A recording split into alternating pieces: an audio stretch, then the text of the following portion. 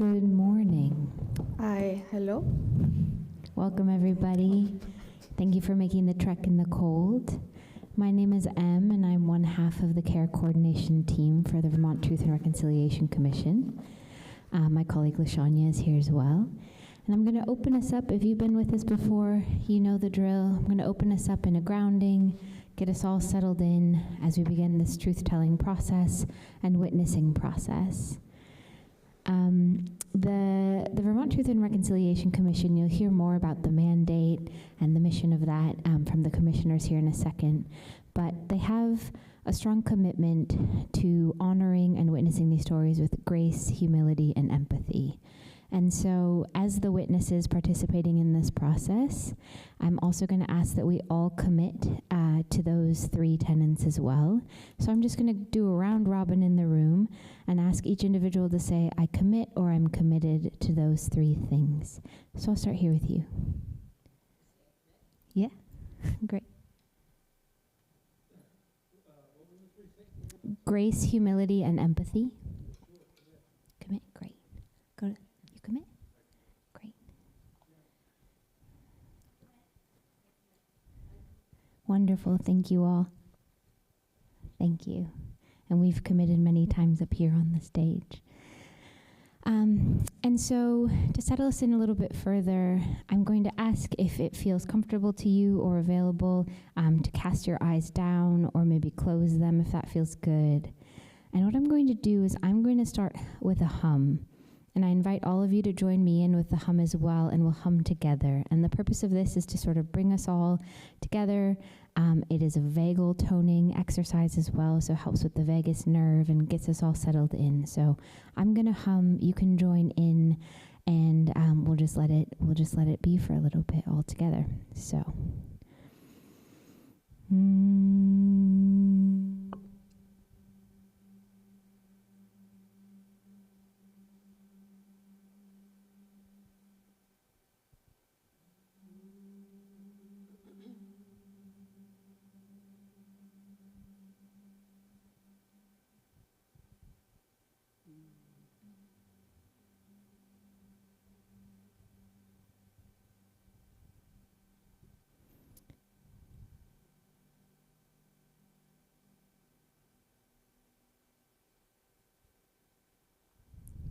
Thank you all. And I also want to remind you as well of some different tools that all they require is our body in times that might feel activating or emotional. Remember to breathe. It can be so easy to hold our breath in intensity, and so just remembering throughout the day to breathe and take care of yourself in that way. And also spend some time just looking around the room, orienting yourself, grounding yourself, feeling your body in the chair, feeling your feet on the floor. We have a number of fidgets and things, like squishy things as well, if that feels helpful. But just remembering to do the basic thing of, it can sound so basic, but can depart us so quickly, to breathe through all of this, to take good care of yourself. And we are, with that, I will hand it over to the commissioners. We're incredibly grateful that you are here today on our final public truth-telling day.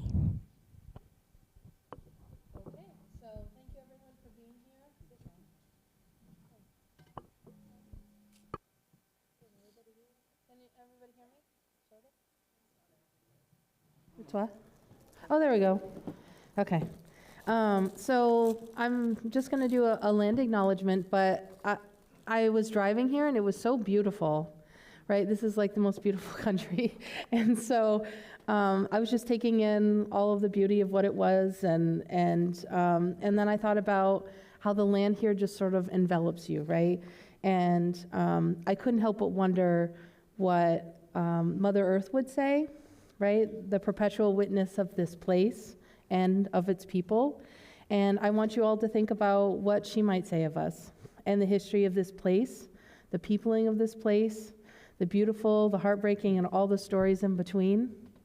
What do you think her recommendations would be for us after all that she has seen? And would we be willing to listen if she is speaking? So, thank you.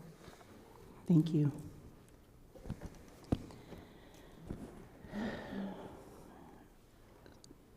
So we are on the land of the Abenaki, and the tribe that is state recognized in this area is the Mohegan. So we thought it best to read an excerpt from a book from an author, Joseph Bruchac, who is also Mohegan. This excerpt is in the forward of a book called Connections. And so you'll see it's kind of an intro to that book, but it feels really relevant in this time. So bear with me on how it sort of reads and plays out, because at the end is the lesson. It says, I have a friend, quote unquote.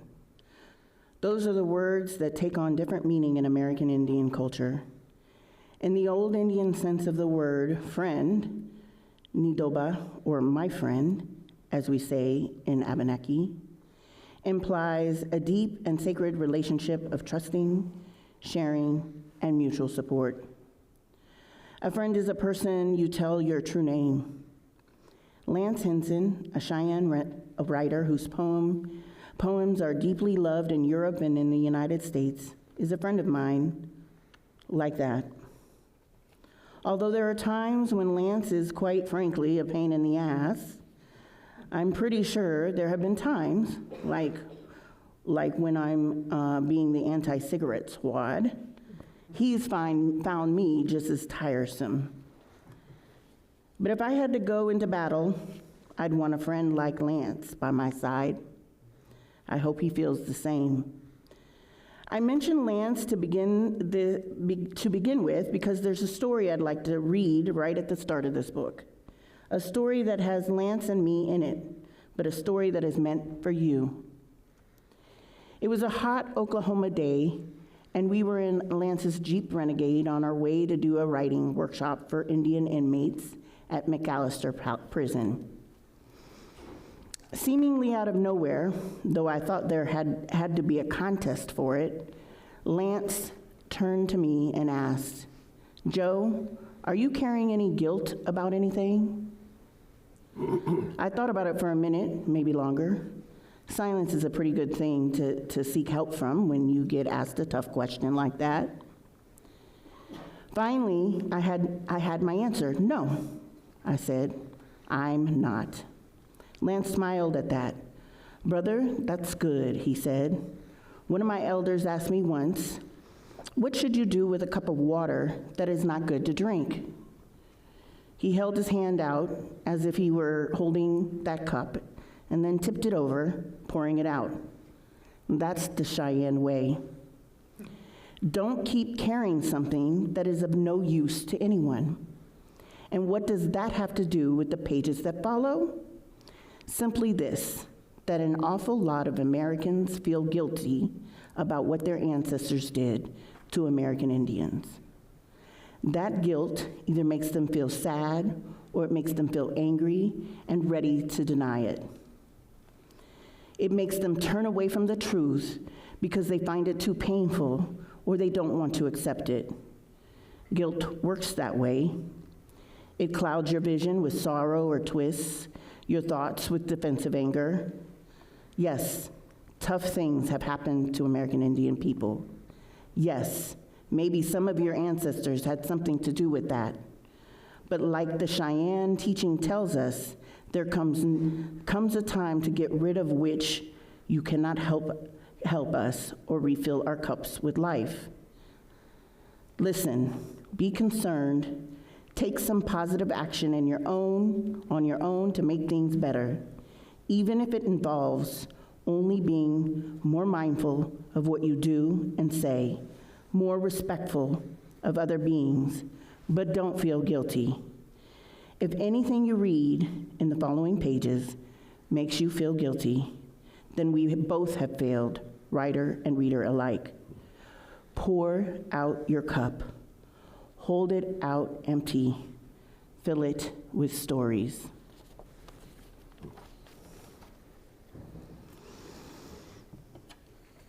Roderick.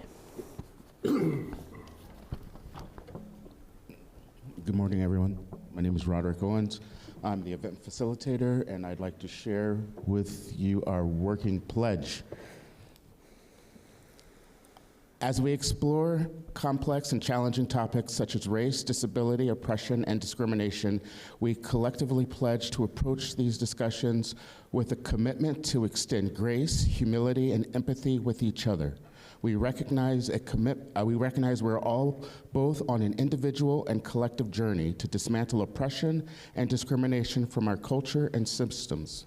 Therefore, we pledge to cultivate dignity. Okay, just checking. Cultivate dignity and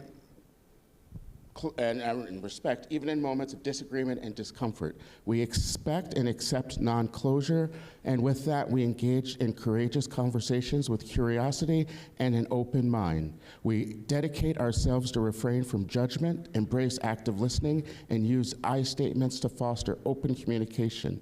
In this space, we understand the platinum rule, where we pledge to abide by each other's unique preferences, thereby building better relationships and collaboration.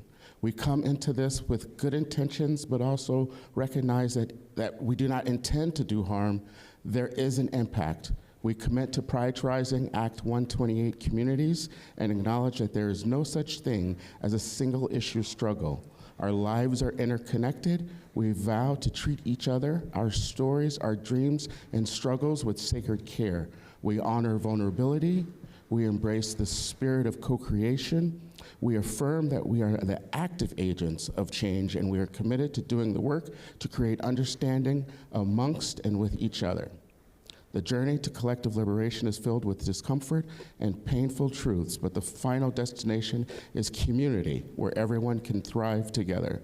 This is a shared space grounded in the principles of this pledge.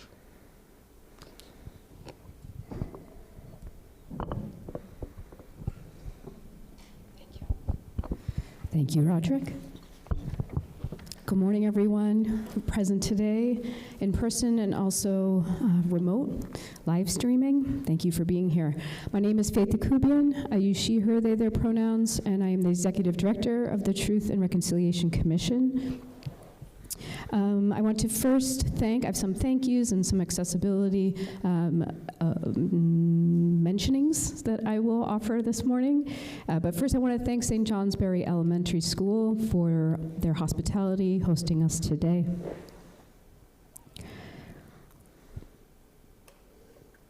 We are, as you can notice, we have subtitles running for those who would prefer or need to read versus audio. We also have ASL that are live, and I want to thank Janet, Betty, and Crystal Air, who are with us today on live stream. Lunch will be served after our final truth teller in our closing. We want to thank AJ from Salt Catering, who's local, for their contributions to the health and wellness of our bodies. Between now and then, we have snacks and coffee. We have ways to keep yourself safe around sanitation or sanitizers and masks. I always say sanitation, I don't know why. At the front, at the registration table, and also we will go around and ask if anyone needs a mask.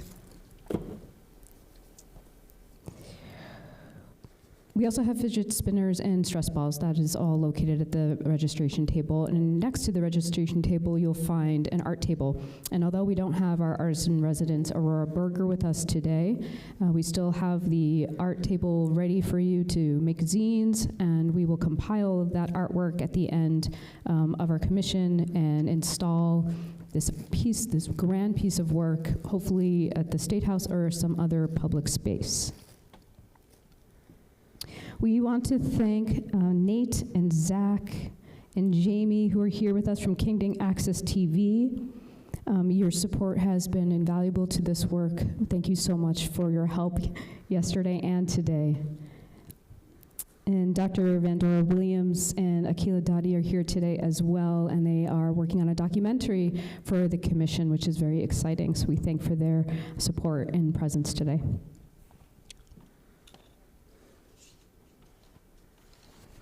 Accessible bathrooms are out in the hallway near the dining hall or cafeteria. It's also next to the snack table, and we have made those intentionally inclusive, so please use those as you need them. We also have Dan and Elijah from Chocolate Thunder. They are here to support our collective safety and make sure that everyone has a respectful experience while here. Our beloved care team and LaShanya are here as well, and we thank them for being with us and have been with us for all 5 of these truth tellings to support our readiness as we receive important truths. We also have Jean Hamilton from Land Access Opportunity Board who will be joining us a little later. We ask that you stop by that table and get to know Jean and the importance of land access and housing. General Legal Counsel Michelle Overa is with Liz Harrington, who's one of our honorary witnesses, and they will be running a private testimonies today. As they are present, we have Patricia Fontaine and Anthony Rivers, who are honorary witnesses, who are also here, and we thank them for their presence and continued support.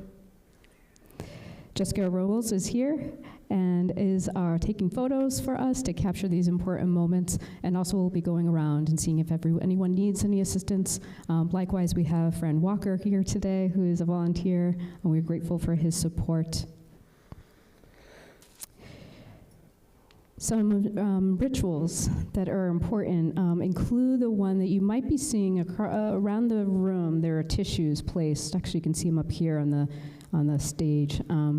If you need or wish to use these tissues in a manner where you would like it to be part of a collective process, I'm just going to read you what this opportunity provides. We are continuing our tradition set by Brenda Reynolds of the Canadian Truth and Reconciliation Commission, who gifted us a ceremonial release she developed. She offered this to us during a training she led for our care program. We invite you to place tissues you use to hold your tears, especially those of truth tellers, into the baskets which are scattered around the room. The tissues will be burned at an offering during a ceremony scheduled in the near future. Now I'd like to turn it over to the commissioners who will address the theme for today's truth-telling session. And I just wanted to address the space and how it's set up. So it's set up this way to mirror the best practices that other Truth and Reconciliation Commissions have done. And the truth teller and the commissioners are set up here specifically for a conversation and to ease the stress of our truth tellers. So we do allow flexibility. Whatever the truth tellers ask of us, we're willing to do. And so some truth tellers may want to face the audience and others might not. So you'll see probably a mix of both of that today. But I just wanted to let folks know why we do the things we do. Thank you. And I'm going to speak about the theme of today. This session is about the people and connections that shape our lives. It is about what it means when relationships are nurtured and what it means when they are broken. We will reflect on belonging, family, trust, and the way systems have shaped our sense of community and our relationships with one another. This also includes the weight of loss and the shared history that many of us carry. What is communal relations if not care for each other? How do we reconcile the pain that some endure when they are other, unseen, excluded, and sometimes taken from us by systems that decided long before meeting them that they do not belong? Today we hold a space for those who are no longer with us, and for those who are still here carrying their stories. Together we say, you belong. We are here with you. Healing begins with us. It begins with our willingness to listen and to stand together. It begins when we commit ourselves to the highest standards of community care and to create an environment where every person is recognized and valued. We start by standing together, by listening deeply, by acknowledging that harm has been done and choosing to walk toward healing rather than away from it. We rebuild not by pretending that systems work, but by being honest that they do not, and by committing ourselves to shaping something better. Because while the systems are broken, we are here together to rebuild. We are here to say that care is not optional, connection is not optional, belonging is not optional. We choose to show up for one another. We choose to hold space for grief, for truth, for resilience, and for hope. And in that choice, in that collective act of care, we begin the work of transforming not just systems, but relationships, communities, and futures. Let us prepare ourselves to hear truth, to hear pain, and to hear grief, because this is what community is. It is the willingness to show up for one another, to carry each other, and to face the difficult things together. It is the belief that healing is possible when we choose one another. We want to thank the press for taking interest in our events. I would like to make clear that our policy has not changed. Media is welcome, and what we're asking is to follow guidelines for responsible and respectful coverage. What that means is prioritize and informed consent, using respectful and humanizing language, hold our people with care and dignity, and to repeat, press has always been welcome to our events, to report with care and respect. And our final disclaimer, the Vermont Truth and Reconciliation Commission acknowledges that today's testimony includes sensitive and potentially distressing material. The stories shared may include descriptions of trauma, violence, loss, and other painful experiences connected to state-caused harm. We encourage all audience members, whether here in person or watching remotely, to take care of yourselves through this session. You may choose to step away, pause the video, or seek support at any time. Please honor your own boundaries and emotional well-being as you engage with this truth-telling process.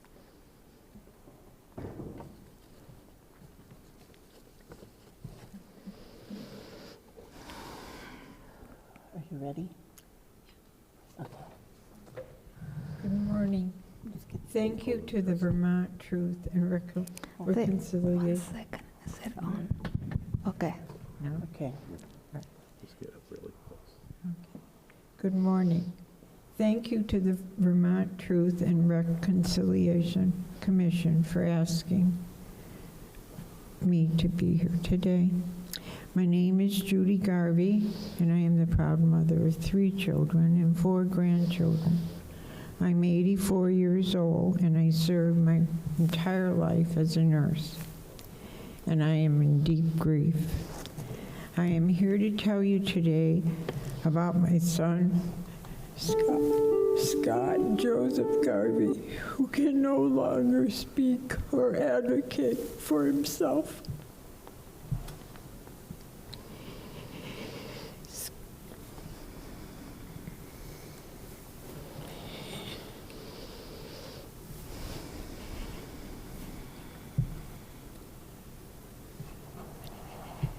Scott was born on August 21st, 1969 in Westfield, Massachusetts. He died on July 7th, 2025 in our apartment in Putney, Vermont, after being shot multiple times by the Vermont State Police during a mental health crisis in which he reached out dozens of times for help. He was unarmed, alone, scared, and had recently undergone major surgery for head trauma. He was in the neuro ICU for several days and in the hospital for 2 months. He was both physically and mentally disabled and required a cane to walk. Scott was an inspired musician. He was an exceptional poet, and he was a voracious reader, a traveler, and a dreamer. He was impossibly kind, quick to laugh and slow to judge. He loved people with deep loyalty and quiet fierceness, and he lived as though beauty and art and music and human connection were all that mattered. Scott left behind songs and prayers, scribbled notebooks, and poems on napkins. He left his beloved drums from around the world and a notable generosity that was second to none. He also left behind hundreds of friends and family who loved him and will never stop loving him. My only wish is that he could have known in life what has become obvious in his death, that people all over the world were moved and inspired by his tremendous compassion. Scott was a devoted son, a loyal brother, and a treasured uncle for his nieces and nephews. He lived with and cared for me for much of his life. He brought me to hundreds of music concerts and art shows. I was a mother to many of his bandmates who gathered in our house for band practice, and to this day, most people call me Mama J. I miss those days so much and would do anything to have them back. Just because we were poor didn't mean we didn't enjoy life. Scott and I walked our dogs for miles together, and we spent days upon days in thrift stores where he loved finding a small treasure that he thought would put a smile on his sister Kara's face or light up his nieces and nephews. Often, he would just want to drive to some faraway place he read about just to see something interesting. I loved listening to newly discovered jazz musicians with him. I love listening to him come to Jesus and pray out loud each day for his family and friends, the homeless and hungry, and even police and firefighters. I loved watching him read the Bible from cover to cover. He, more than anyone I've known, seemed to understand the spirit of Jesus. We used to dance together to music of the 1950s, and he'd make me get off my aging feet and jig with him. He'd wake me in the morning and record me drinking my first cup of coffee of the day. Oh, that's good coffee, I'd say. And then he'd text it to our large family, and they'd all laugh at me. Scott lived, loved, and played music in Boston, San Francisco, Seattle, Portland, Austin, New Orleans, and Memphis. He played drums in many bands spanning all musical styles, always seeking musical authenticity. He was a drummer for Rated X, Scotland Bar and the Slow Drag, Flea Circus, Aunt Beanie's First Prize Beats, and many others. He also co-starred in the underground cult film, I Was a Teenage Serial Killer. And he wrote dozens upon dozens of songs and poems exploring existential angst, unrequited love, and ultimately his relationship with his own mental health. A friend noted that Scott was a musician's musician. He was the real thing. Scott was always surrounded by music and misfits. He found family and vinyl records and bad coffee and his American Spirit cigarettes. He burned bright. He always gave more than he had, preferring to spend most of his meager monthly Social Security disability checks on socks and sleeping bags and gloves for the homeless. His last request when he left Memphis in June of 2025, barely able to walk, suffering from debilitating anxiety, was for his sister to buy packages of clean socks to distribute at the local homeless shelter, which she promptly did. I also cared for Scott. Scott suffered from bipolar disorder and PTSD. He needed my assistance often in negotiating the complexity of our our modern, highly impersonal world that generally has little time for those living with mental health challenges. He was someone who never fully fit into this world, but never stopped trying to soften it anyway. Scott knew suffering, his own and others, and he carried it with the strange grace of someone who saw the cracks in everything and still believed that there might be light. In 2024, Scott wrote and composed Still Waters, expressing his resolve to never return to the Lakeside Psychiatric Hospital, where he reported being physically and sexually abused after reaching out for mental health. I'd rather stay home than go to Lakeside. I prefer oceans and rivers instead. The still waters remind me of unfulfilled potential, unlike the running and vastness of my dreams. Sean, can you play that?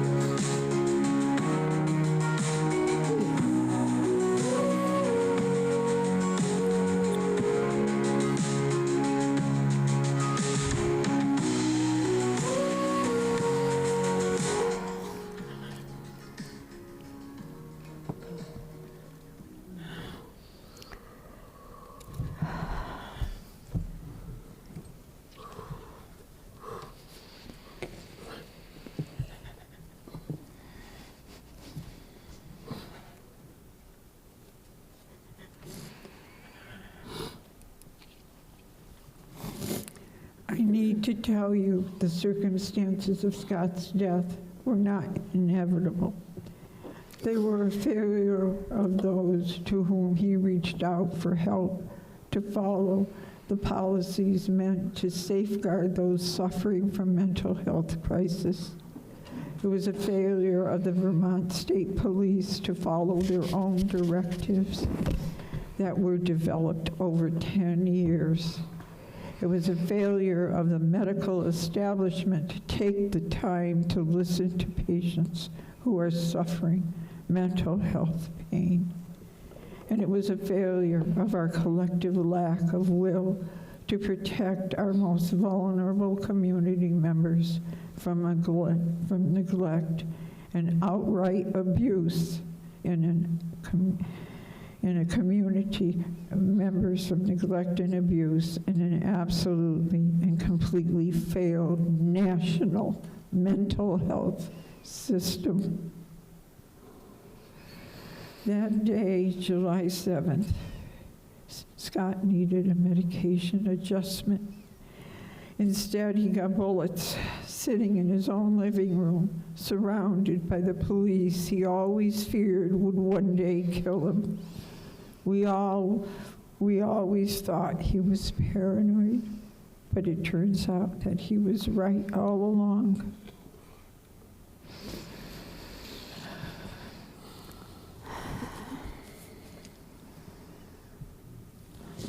Scott and I were so excited to move back home. My daughter Karen, Scott's best friend, I'd like to call them the book friends, the bookends. Kara worked so hard to get us into a good home in Putney, where she was only 2 miles away and could help Scott take care of me, where she could take walks with her brother and visit thrift stores together, where we could spend holidays and Christmases together again.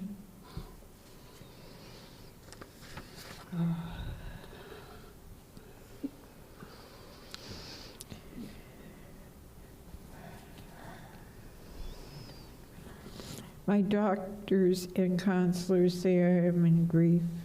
I wake up each morning and not wanting to go on, wondering why I still have to be alive. I don't sleep. The only way I can be here today is because I am on meds. I feel like an empty shell of a human being. I am depressed. I am angry at the inexperienced state trooper who shot him, and even more angry at the commander who told him to go in with nothing but a loaded gun after 4 hours of sitting outside our home. I am without joy. Really, if I am honest, I just want to die. Though Scott's family is wrecked by grief, we will not let Scott be reduced to the worst day of his life. Like all those suffering from mental health challenges, he was infinitely more than his diagnosis. Scott was a whole person whose life and spirit will be honored. As Scott himself would end every one of the thousands of postcards, letters, and thoughtful gifts he sent to friends and family all over the country. Be well, dream harder, I love you. I love you, son, to the moon and back, and then some. And I look forward to joining you in heaven soon. Thank you.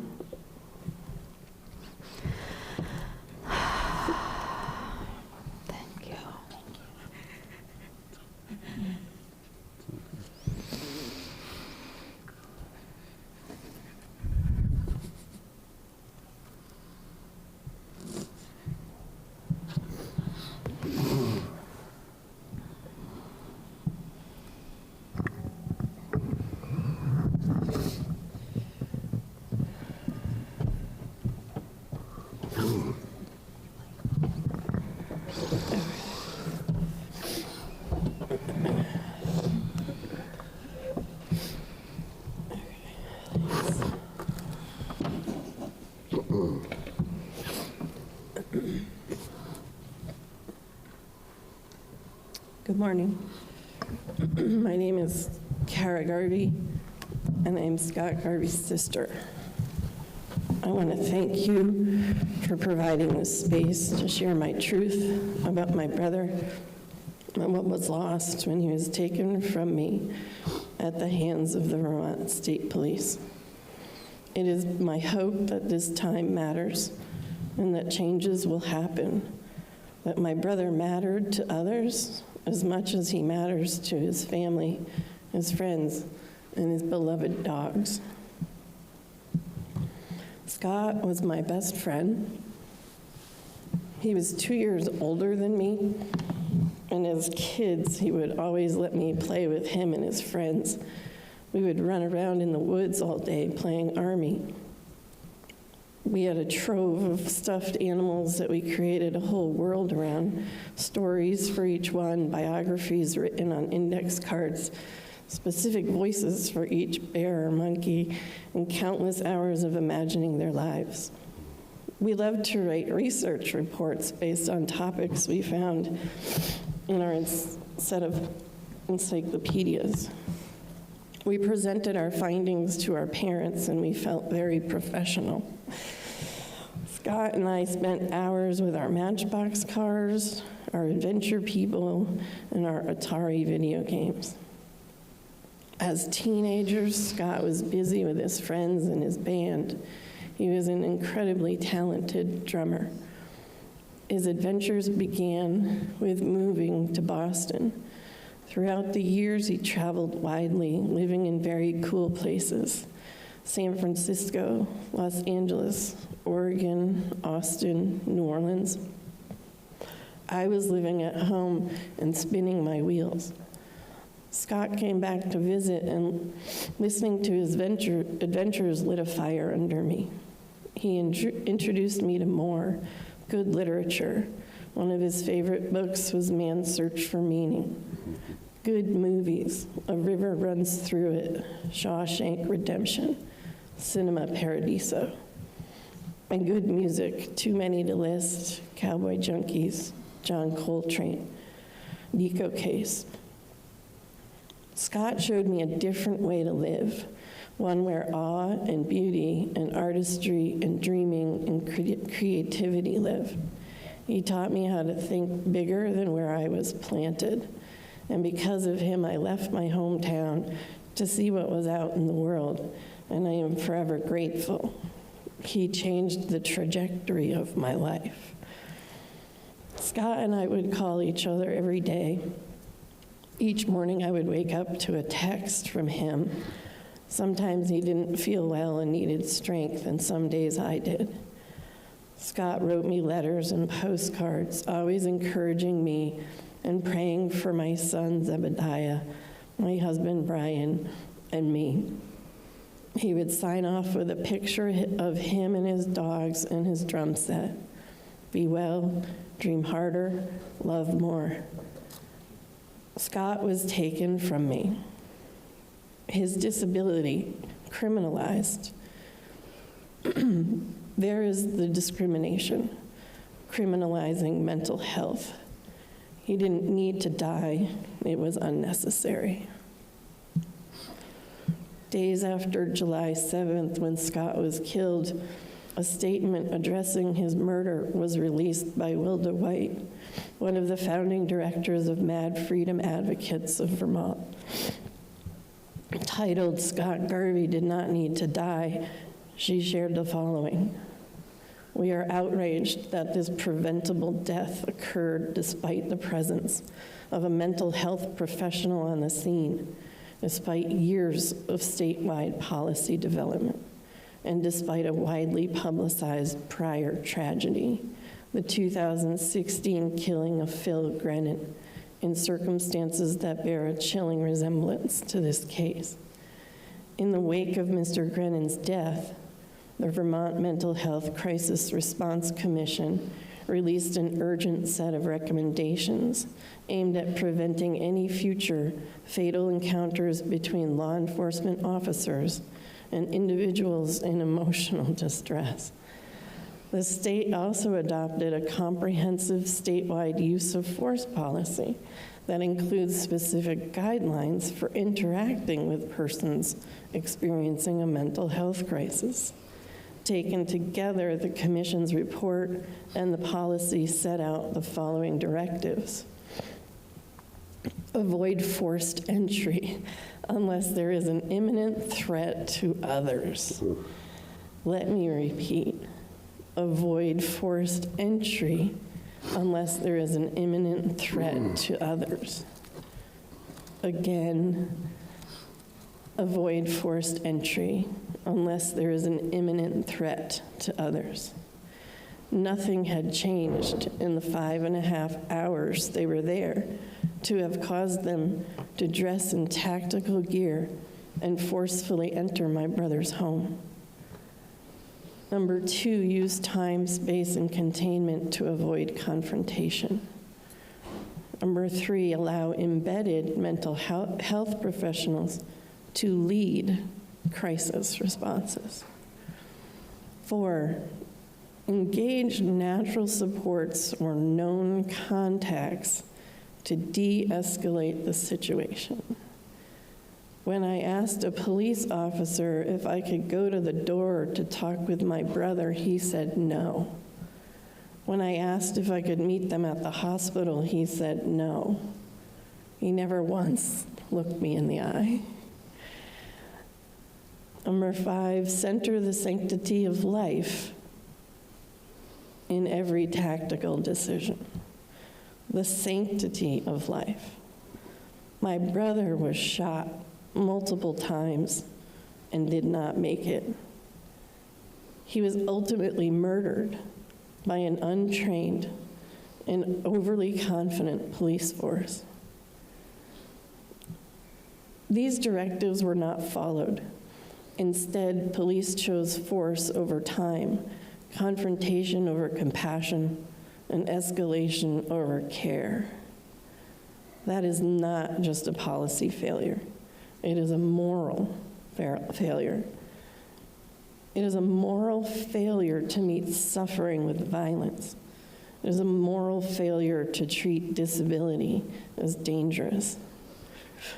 It is a moral failure to ignore the lessons of past tragedies and repeat them with fatal consequences. When the state responds to a call for help by delivering bullets instead of support, it tells the public, especially those with mental health challenges, that their lives are disposable, that their crises will be met with guns drawn. Data proves that 6%, 1 in 20 of the US population is diagnosed with a severe mental illness and are disproportionately involved in police use of force incidents. 6% of the population are identified with a severe mental illness, yet they make up about 17% of cases where police use force, and about 20% of those injured during police interactions. 6% and an estimated 25% of individuals with a severe mental illness that have been arrested by police at some point. Most people sharing their truth have some element of negative police interactions. Is anybody with power watching, questioning, or caring? My point, having a mental illness is a crime to our police force. Our fragile community members are dying because of ill-trained police. Many loving people ask me how I'm doing, so here it is. Every morning I wake up ruminating. Images of what my brother must have looked like when he was shot replay in my mind, falling back with terror in his eyes. I have flashbacks of state police vehicles speeding south on 91 from Westminster when I was driving north the day my brother was murdered.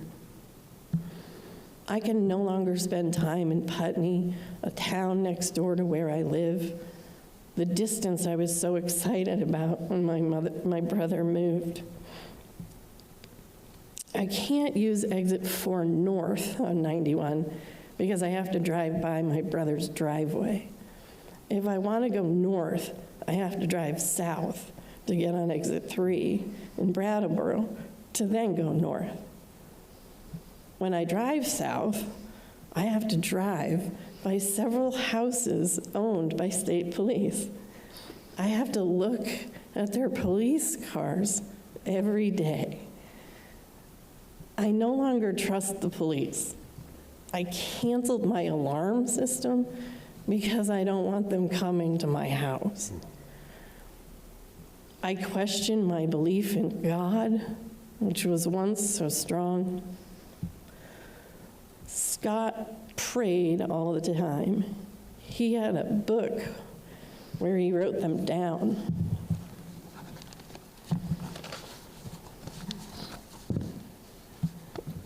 I pray for the Ukraine, the Middle East, Africa.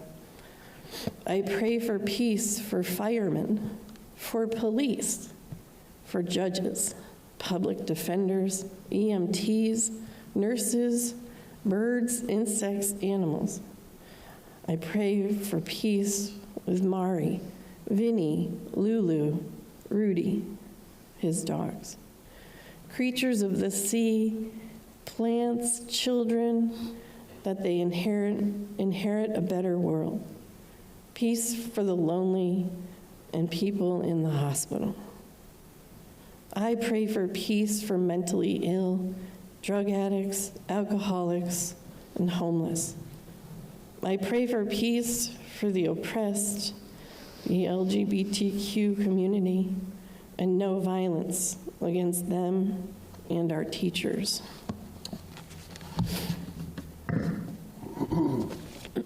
I lost my mom. She wants to die.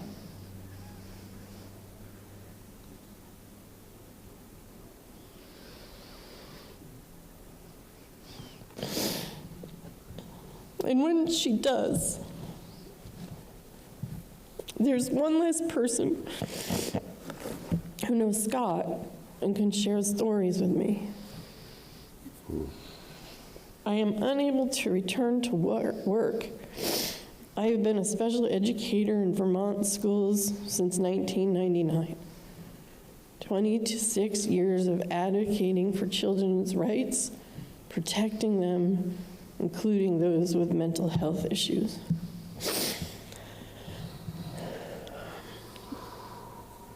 I don't know if I can live in my town anymore. It's too difficult to be in my house.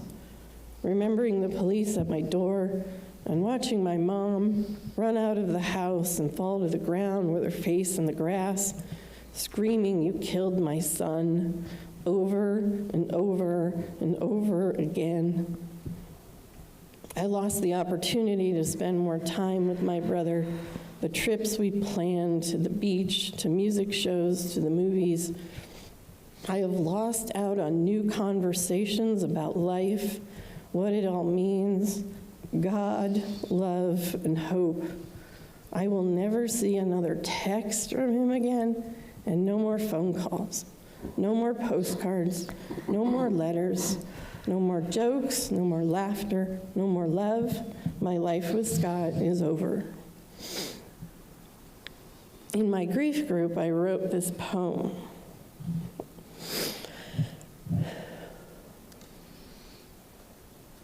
I miss you. I lost you, Scott. As Mama would say, you were her other bookend. You were a traveler, a musician, a philosopher, a dreamer, an intellectual, a kind, kind man. I miss watching you play your drums, a holy experience indeed. Your eyes would close and your head would tilt up like a prayer. Your sticks would slide back and forth from drum to cymbal, to drum, drum, drum. I learned from you that walking saves you, that dogs are from heaven, that dreams come true when you push past fear, and that family is everything. I'm painfully grateful for you, brother. Someday we will sit together again and talk and laugh as we watch our dogs happily frolic. Someday we will sit on a bench at twilight and watch as the sun gently welcomes the night.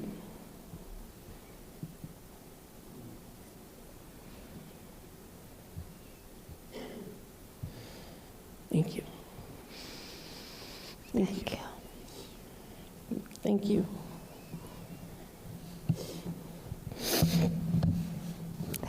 Thank you.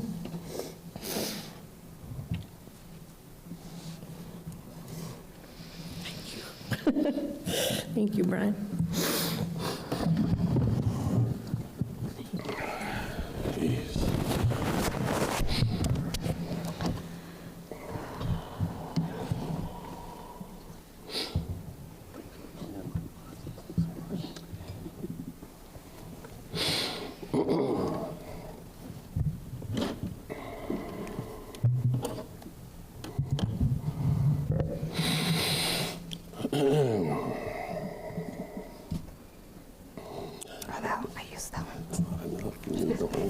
Whenever you're ready.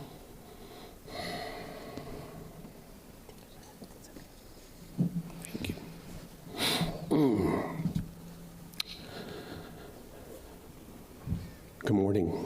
I want to start by thanking the Vermont Truth and Reconciliation Commission for asking my family here today. I want to recognize your groundbreaking work, and your efforts to help bring peace and some sense of resolution to those who are victimized by the victims, by the actions and policies of the state. The communication from your office back in late August, I think, was the first, and to this moment, the only communication that we've gotten from anyone representing the state about my brother's death. There's one exception to that, and we have had some support from local legislators, and I'll mention that later. But I take that back.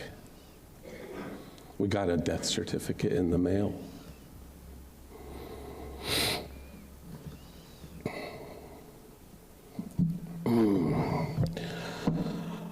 I'm Scott's older brother, Sean Garvey. I'm 60 years old. I'm the father of two daughters, Skylar and Emma, and my son, Evan. I'm the founder and CEO of several companies, all of them working on transitioning clean technology and clean energy in disadvantaged communities.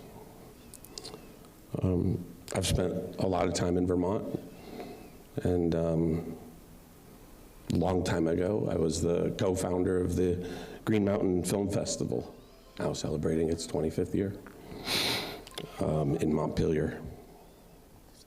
It's okay. This is a rough and difficult message for me to deliver this morning. The tone of it may be a little bit different than my mother and my sister. I'm at a different stage of grief. Maybe it's called the anger stage. I will try to temper that. But it may be difficult for those here in the audience to hear, or on the Zoom. You may or may not choose to stop listening. I will give details about what this experience has been like. If you leave, or if you can't listen, I'm not offended. I'm not sure I would want to listen to what I have to say. However, I need to tell the truth of this experience, no matter how grisly at times, so that those who need to hear it can help change the state's approach to those suffering mental illness and reform the absolutely inhumane response the state bureaucracy has to handling the harms and injuries that are caused in its name. Today marks 131 days since our brother's murder as a direct result of the actions of the Vermont State Police. I know it's a brutal word to use, murder. It's not something we like in polite company. We call it a homicide or something like that, but he was murdered, and it has been ruled a murder by the Vermont State Coroner's Office because of the multiple gunshot wounds in multiple parts of his body that he experienced that day. So I think we should call it what it was, even if it's uncomfortable. He didn't just die. He wasn't an old man who you can go to their funeral and think about at their graveside. He was a very vibrant 55-year-old who was the victim of homicide by the very people he was calling to for help. On July 7th, my brother was experiencing a mental health crisis, a nervous breakdown. A lot of people in the room, I'm sure, have experiences with that personally, or in their families, or in their friend groups. He was scared, he was frightened. He required the assistance of mental health professionals. And he had reached out many times to numerous agencies here in Vermont and nationally in the days leading up to his death.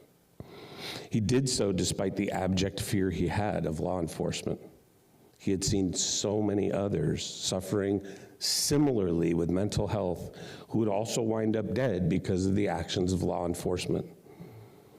We even talked about those on our drive here from Memphis to Vermont only 10 days earlier in the car. We talked about the case of Phil Grennan, whose name we didn't know at the time. We just had known that he was part of the spark for a movement to create directives to reform the way law enforcement responds. Maybe Scott will be a similar spark. I think often of his courage picking up the phone to reach out to someone, and they're always different. As much as the mental health folks try, it's you call, and you can call 5 minutes later, and it's someone entirely different, and you start over telling your story. And they may or may not care as much as the previous person you talked to. But he was scared that the response was going to see police, was going to be him seeing police knocking at his door instead of a nurse or a counselor. I think of the irony, it's so profound, the irony that he foresaw his own death in such a vivid manner. And that this story is so common that my brother could guess the outcome of his life with such ease. At approximately 4:34 p.m. on July 7th, a young, inexperienced Vermont state trooper, barely out of trooper school, entered my brother's home against his wishes and shot him multiple times at close range. My brother was pronounced dead at 5:21 p.m. on the floor of his own home.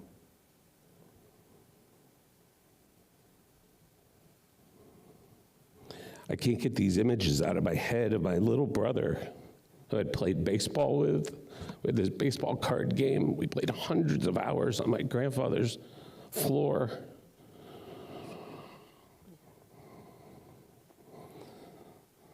My little brother who we made up this game where we would spin the dial back then in the mid-'70s of the AM radio and listen to the pop music at the time, like whatever song was playing, and we would keep track, like Casey Kasem.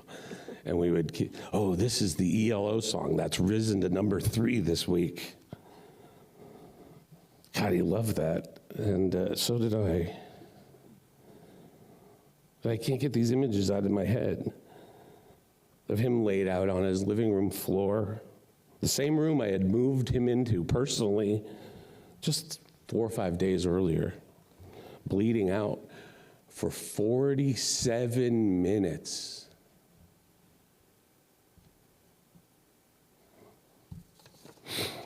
I think that I asked, was he conscious?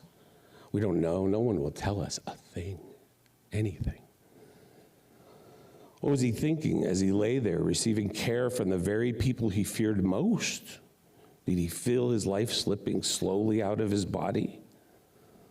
Was he thinking of my mom? Was he thinking of his drums?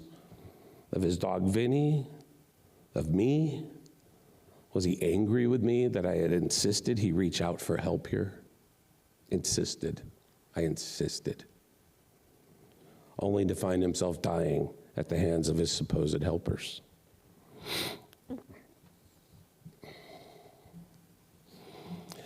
The trooper was one of a half dozen or so that had been gathered outside my brother's home for more than 5 hours that day, while inside Scott had effectively an active nervous breakdown. For whatever series of reasons, I have my hypothesis because it was late in the day, it was decided at that moment that they needed to enter his home. someone decided, not the trooper who shot him, to send in one of the youngest and least experienced amongst them. I guess it was a training exercise, maybe. I can't help but get sassy about this because it sounds so fucking stupid that experienced men in power who had spent a decade writing directives for the state of Vermont and the approach to law enforcement and mental health would just disregard all of the directives. We'll talk about that later. And contrive a moment that this was when they had to go in. Again, it was late in the day. I don't have any other thing, because he didn't have a weapon. He wasn't acting threatening to anybody. They didn't evacuate anybody around him. There were people on both sides of his home, with drywall between them. So it wasn't so insane an experience for anybody that was the moment in time that they had to do something. That was the moment in time they had to violate their own policies and directives.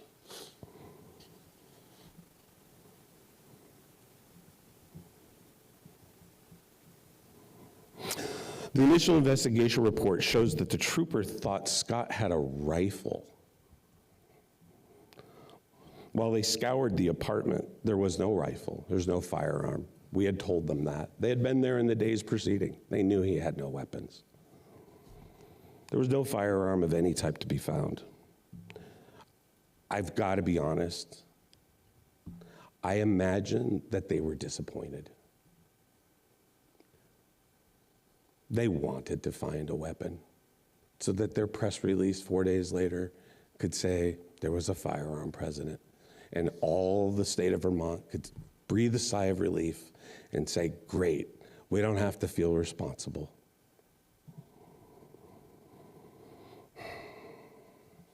The idea with that much time to think through what to do next, that troopers ultimately invaded the home of an unarmed, mentally and physically disabled 55-year-old man, guns drawn, is in our minds one tragic failure of many. No gas, no beanbag guns, no pepper spray, just a gun in the hands of an experienced state trooper who shouldn't have ever been allowed or instructed or commanded to break into Scott's home in the first place. Frankly, we believe his death was a command failure and a systems failure. And while we hold the trooper responsible for pulling the trigger, for being a young Vermont man with experience in firearms and training and not knowing the difference between a rifle and not a rifle, we also hold the command at Vermont State Police accountable, who appear to have violated numerous state policies and directives in the handling of this situation, including turning away my mother and my sister. My mother was with my sister when they asked to help my brother, which they had done many times in their lives, successfully. Taking control of the scene away from the mental health professionals. They were there. They were being helpful. The response of the mental health professionals was appropriate. And breaking into his home despite no immediate threat to other people or neighbors. While there is I want you all to hear this. This is an important thing. While there is an investigation going on for which we await the results, we do not hold out any hope for justice from that process. Because unbelievably, in this day and age, the Vermont State Police have found every shooting by a state trooper over the past 50 years to be justified, since they've been keeping records. And if you don't believe me, it's on their website where they proudly list the dozens of shootings and the outcome of the investigation. 100% justification. Despite all the facts that we're talking about today, we can't hold any hope. that process. It's a fundamentally and fatally flawed process that holds false hope out for victims like us. It's cruel to pretend. It's jaw-dropping. There's no ability for self-improvement because apparently, in their own opinion, they do everything right when it comes to shooting. All the time, since forever. Every and any shooting has been justified.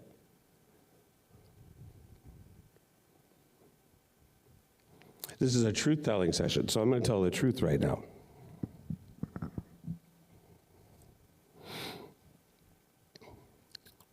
When something like this happens to you,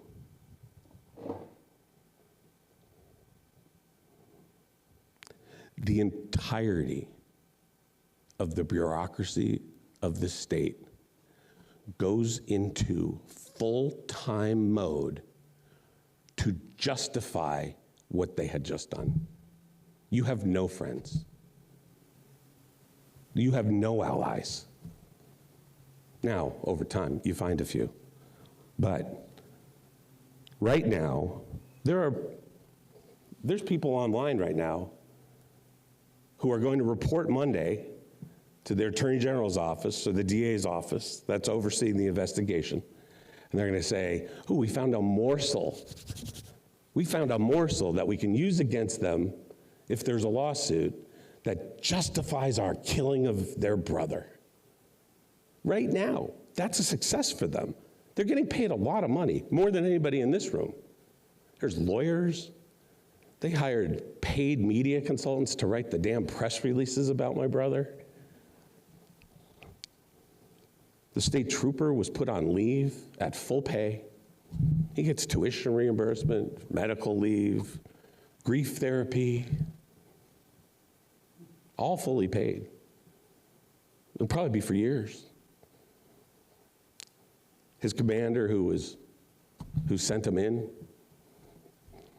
he's not named.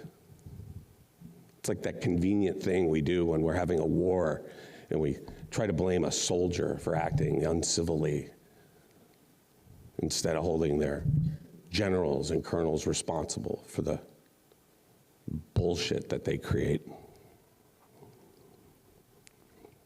This is my opinion. The state investigatory process is fatally flawed. It's essentially a farce designed to prolong the time between an event like this, so much that a victim's family just gives up out of sadness and resignation and the public's initially justified horror. And man, we got support from the residents of the state of Vermont when they hear about this. But their initial horror to such a murder by the state, it fades away into the noise of so many other injustices. And soon people forget the incident happened. They forget my brother's name. And they move on, and we wait for the next one. As many of you know, since that time, it's been one really shocking and hurtful experience after another for my family. Almost as if someone had designed a process to test us even more than the murder of my brother. As my wife and I,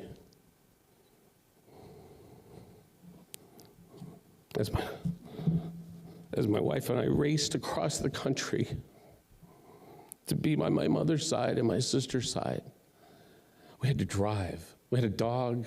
We were out camping. And we got the call. And we didn't have any place to put our dog, and the immediacy of the news said that we were going to be in Vermont for a long time. So we drove morning and night to get here. As we're doing that, my mother says,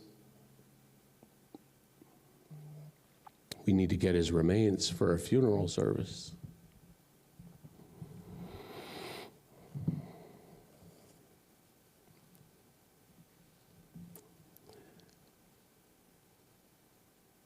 The state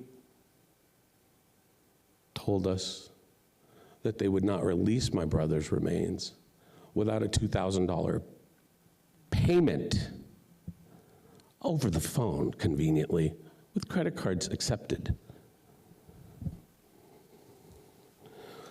Without that $2,000 payment, my brother would still be sitting at the Vermont State Coroner's office. We had to pay to get my dead brother's cremated remains so he could attend his own funeral.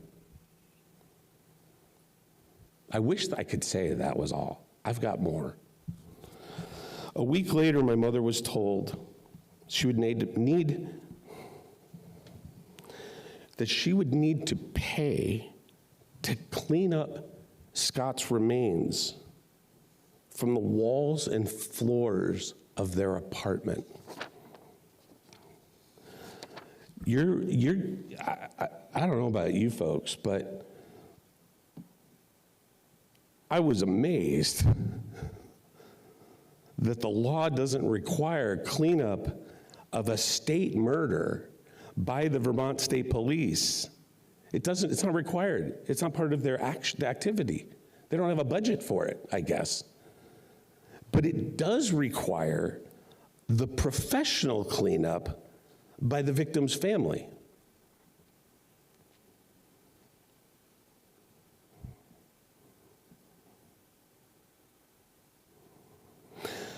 Mom was told she would need to pay to repair the numerous bullet holes left behind in the walls and the ceiling of the living room and the hallway.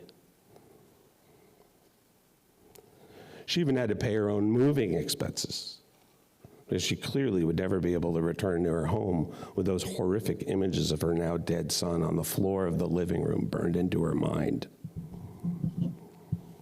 My mom has had to pay for her own grief counseling, for therapy for our entire shocked family, my children, my sister's children, my sister, me, my wife, for her own travel to attend his funeral, even to come here to speak to you today. And I appreciate the per diem, but this is, you know how much it costs to travel.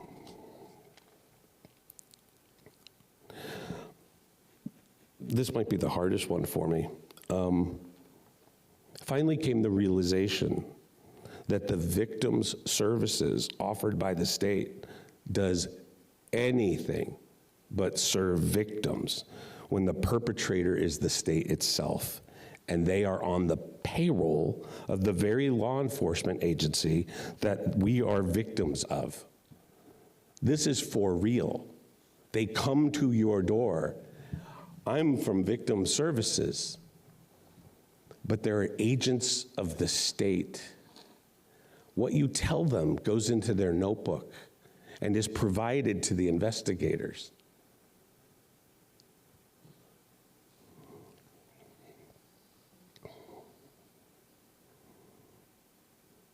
In what we all know to be an effort to evade the consequences of murdering someone's son. Cleanly label it a justified shooting and sign it off and hope the public forgets about it.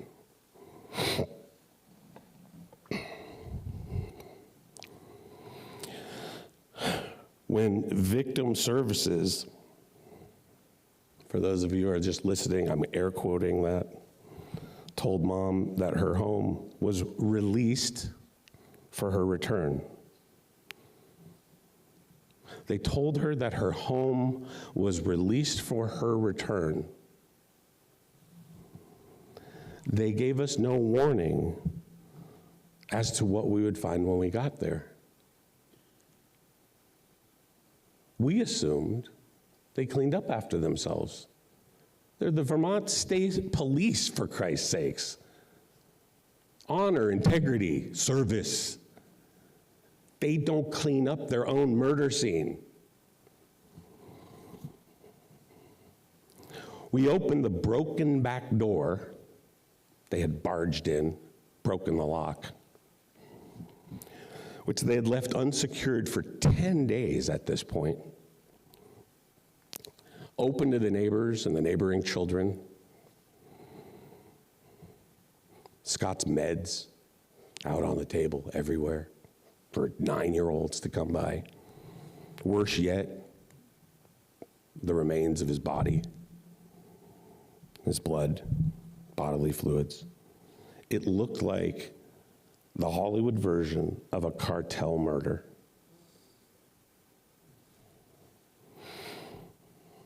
They gave us no warning. We would have to walk on floors sticky and tacky from drying pools of my brother's blood, that we'd have to avoid bumping the walls for fear of brushing against his bodily fluids and the spray, that we'd have to wade through upturned boxes of every bit of my brother and my mother's worldly possessions that they had rifled through in a vain attempt to find a gun, some justification.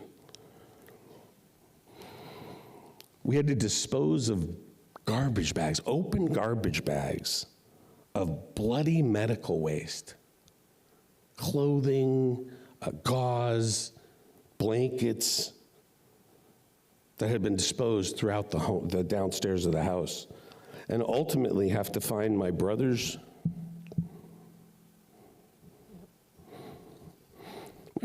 treasured Red Sox hat I had bought for him on opening day at Fenway, crumpled and bloodstained, shoved unceremoniously between the couch and the wall. And I'm sorry, but his broken dentures clearly had fallen out of his mouth during that moment in time. We have made every effort to communicate this to Vermont's political leadership. I've sent certified mail, notarized letters to the governor, emails, probably 20 phone calls, even Public Records Act requests asking, did you get phone calls from me? Did you get letters from me? Because no one has responded. And I'm not looking to punch somebody in the face, though it would be warranted.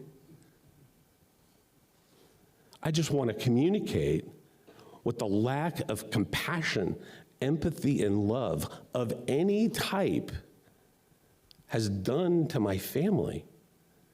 And I'll do it very calmly. We're not worth the time for even an assistant to say no to. Nothing.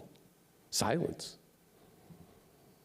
From the Attorney General, from the governor in particular, from the head of the state police.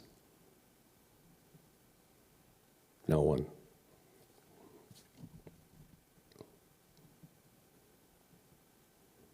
This might all feel a lot different today. How we gotten a bouquet from the state of Vermont and apologies that you're sad. Let us pay for your grief therapy. But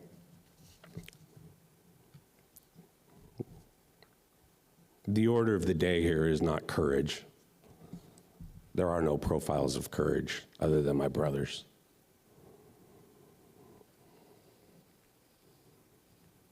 If this experience sounds harsh, it's because, in my opinion, it has been brutal and absolutely inhumane. It is a dark mark on the integrity of the Vermont State Police. And it should be an embarrassment to every good citizen of the beautiful state of Vermont. If it weren't for the strength of our family and the help and support from our friends, we would not still be standing here today, because this process would eat alive any other family with less love and resources than ours. There's a reason you don't hear about the hundreds and hundreds of shootings every year after day one and day two. This is exhausting. We live in purgatory. This was not my 83-year-old grandfather that died, and I get to pray over his tombstone. We are in an active, unresolved situation, and the state has no requirement to communicate, to be expedient, to tell us the status of what's going on. You know what we were told? Maybe a year, 18 months.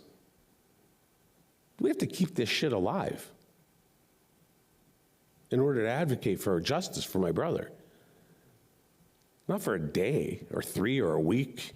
Most people get away with grief, the immediacy of grief is a fairly short amount of time. This is not one of those situations. I would wish this on no one.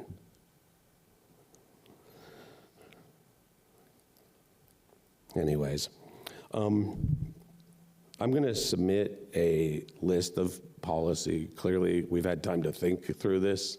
We are your canary in a coal mine or something like that, your test case. Where do systems succeed and fail, mostly fail, and how might we fix them together? We didn't want this role. We now have it. We didn't volunteer, but we do take it seriously.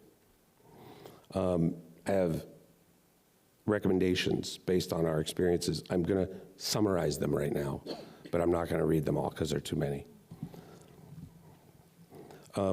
We believe that the state directives have to be codified.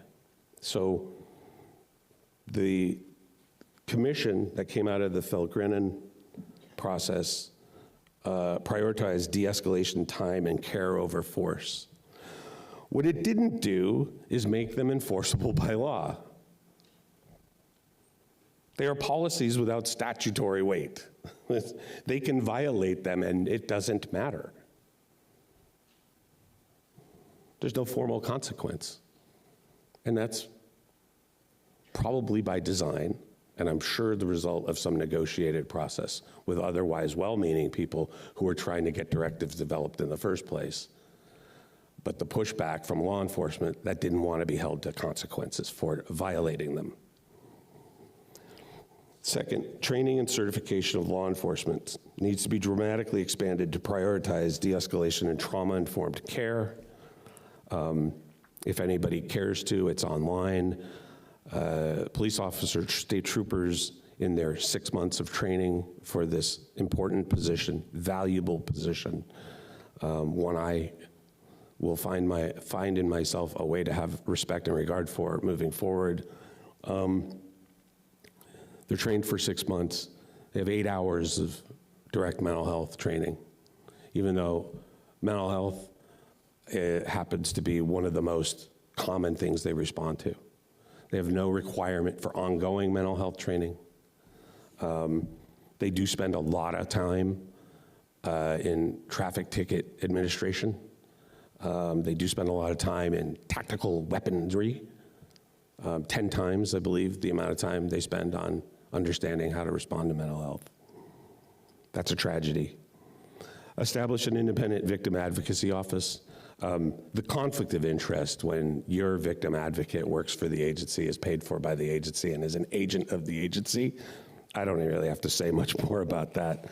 They're not supposed to try to interrogate my mother as they did the night she was running around my sister's yard, where our victim advocate was trying to schedule time for an interview with detectives at midnight, 5 hours after she had found out.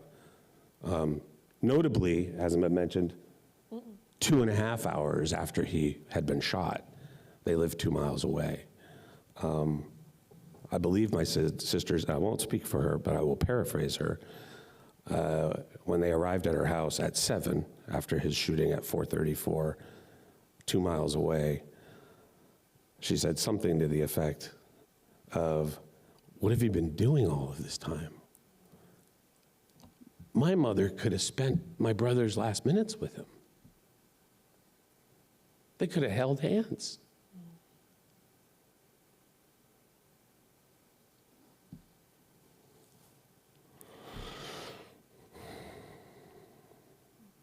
My sister said something to the effect of, "I know what you were doing. You were getting your story straight." And that is what they were doing. They got lawyers. They hired media professionals. They expunged the state trooper's name from the internet, social media. They know what to do. We need crime scene standards that require professional biohazard cleanup by law enforcement that creates the situation. Timely property return. They still have my mother's cell phone with her doctor's phone numbers, all of her friends and relatives, old people that you can't find anywhere else except for the phone numbers. We pleaded with them, just send us the phone numbers so she can call other 85-year-old friends. No response.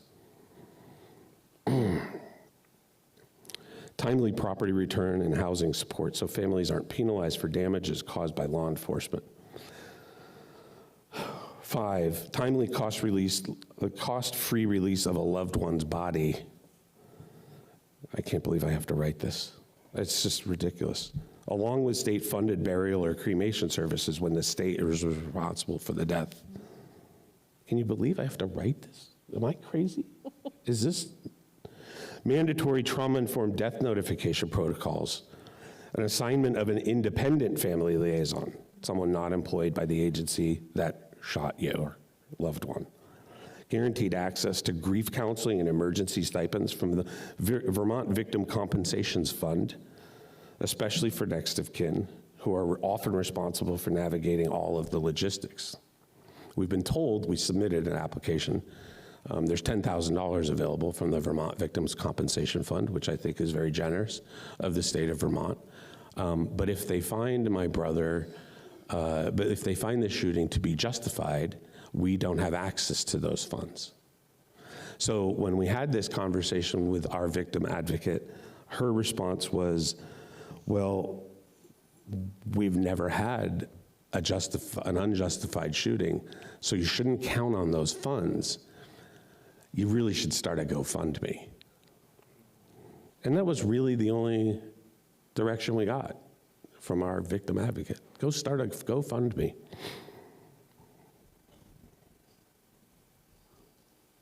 This is fucked up. Disclosure timelines for investigative findings with at least a 72-hour advance notice that they're going to make a public release of those findings. I have a certified letter that went to all of the constitutional officers in the state, all of the leaders in the legislature. I did lovely get a feedback from the Senate Majority Leader, Kasha Ram Hinsdale, who I think was shocked that no one had bothered to respond to this certified letter. We know they received it, asking to give me and my mom 3 days notice before they issue the justified ruling so that we could get back here and surround ourselves with love and family. That no one will respond. Finally, a right to know what scene a victim's family is going to walk into. We had a right to know what we were going to find that day. My son went in first. He insisted. He wanted to be our family's hero. And he insisted, don't do this, I'll do it. And when he left, he had to throw away his shoes.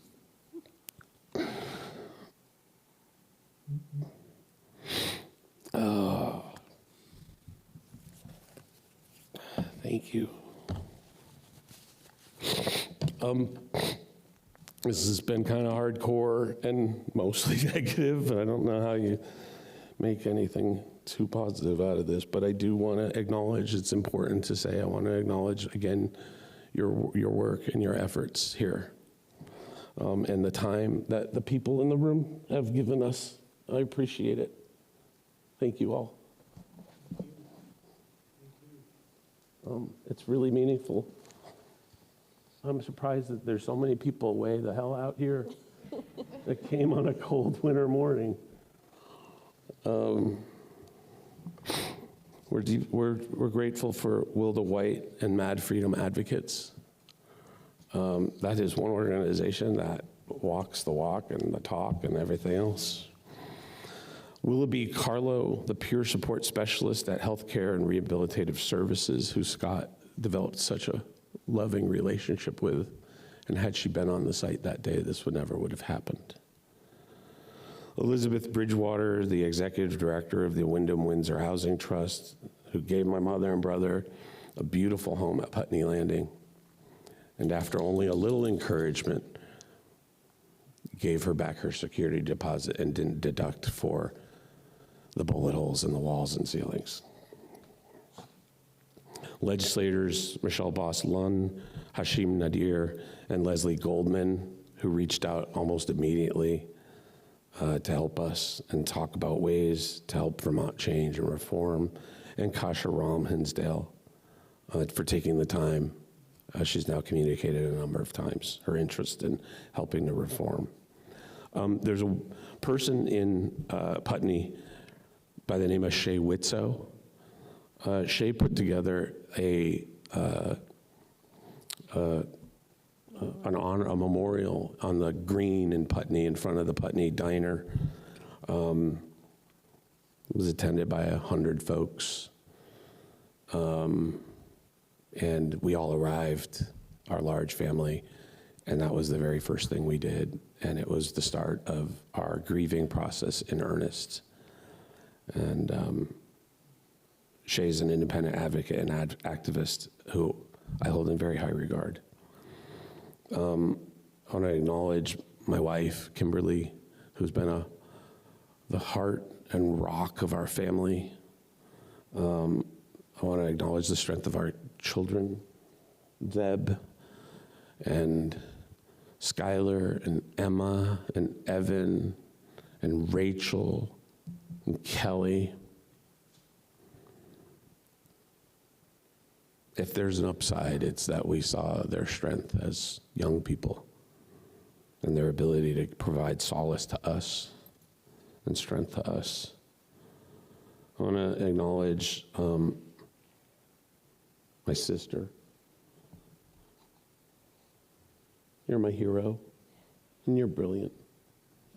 And you need to write a book, please. And of course, my mama, because she shows us how to keep living even when you don't want to. And I want to acknowledge my brother-in-law, Brian. He has come through so powerfully for our family and for my sister. I'm almost done, I promise. I want you all to know I live each day with the horrific guilt that me, literally and figuratively, drove my brother to his own murder. We spent 3 days together on our trek from Memphis, only 2 weeks before, talking about his enthusiasm for spending holidays with our sister again, his hope for finding a new band, his desire to find love, and maybe even a girlfriend. I drove him here.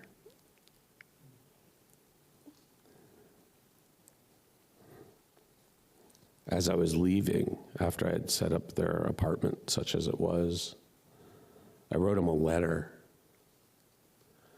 because he was in a transition, and that can be hard for people with mental health issues. And he was very reluctant to reach out for help at that moment in time, resistant even.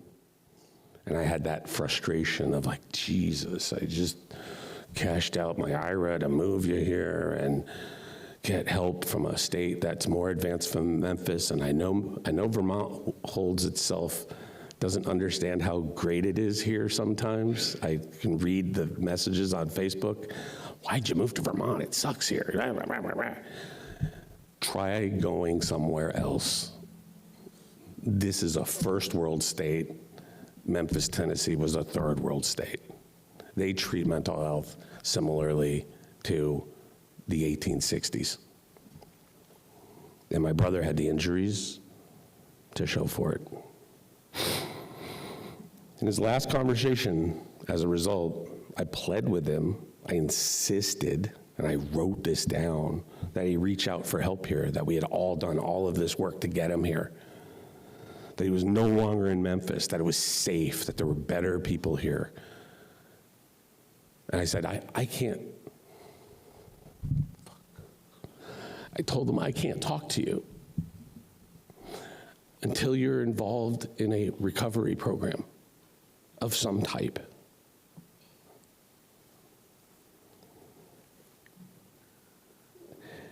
And I thought he didn't hear it or listen. I wasn't even sure my mom gave him the damn letter. But he clearly did. Because he immediately began to reach out. And it was all part of a process that led to 4 days later, him lying dead in my mother in his living room. I feel personally responsible. I will feel that way till I die.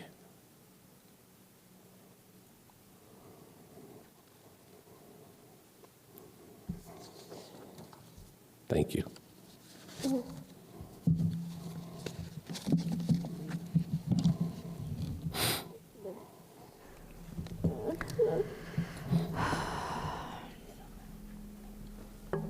We're going to take some time. Close your eyes if you feel called to do that. We're all going to take a deep breath. As you inhale, inhale the words of our truth tellers.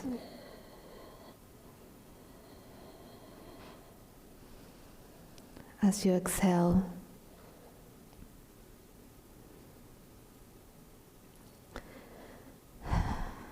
exhale the pain that we all feel.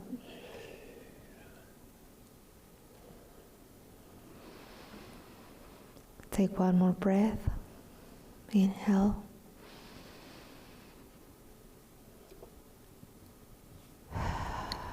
Exhale. Feel your feet grounded on the floor.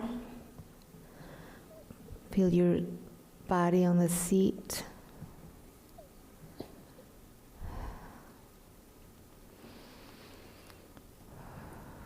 You can look around the room.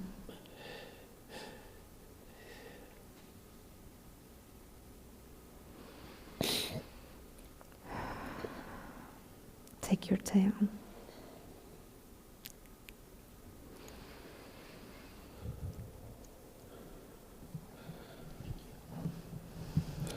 Thank you. Thank you all for your attentive listening during that segment, truth-telling session. We're going to take about a 20-minute break. Feel free to visit the 13, the art table, get some fresh air, walk around. Just a gentle reminder, the people that have just told their truth, give them a little space so they can, recover and collect themselves before we talk to them and offer them support. Thank you all. We'll see you back here in about 20 minutes. Thank you. You're welcome. Thank you. Completed. Yeah. Let's go get you I need a nap. Yeah. You gonna stand? Okay. I know, I'm just seeing you standing. Hi, everybody. Welcome back. We're gonna get started. We've lost some people. They're out in the refreshment zone and the art zone, but we're gonna get started with our next truth teller. I've taken over from our facilitator role because our theme this session is community and relationship. And we've been in community and relationship with a beautiful team that has cared for us, who has witnessed all of the stories, while they also hold their own stories. And so we felt it really important to give a platform to those who have been with us in the journey in community and relationship, and to tell their own stories as well. So we're gonna start with Roderick, who has been our facilitator since we started this process back in September, I believe. August. This is our fifth public truth-telling session. And so in In the essence and spirit of community and relationship, Roderick, thank you for switching roles for a moment and giving us your truth. Okay.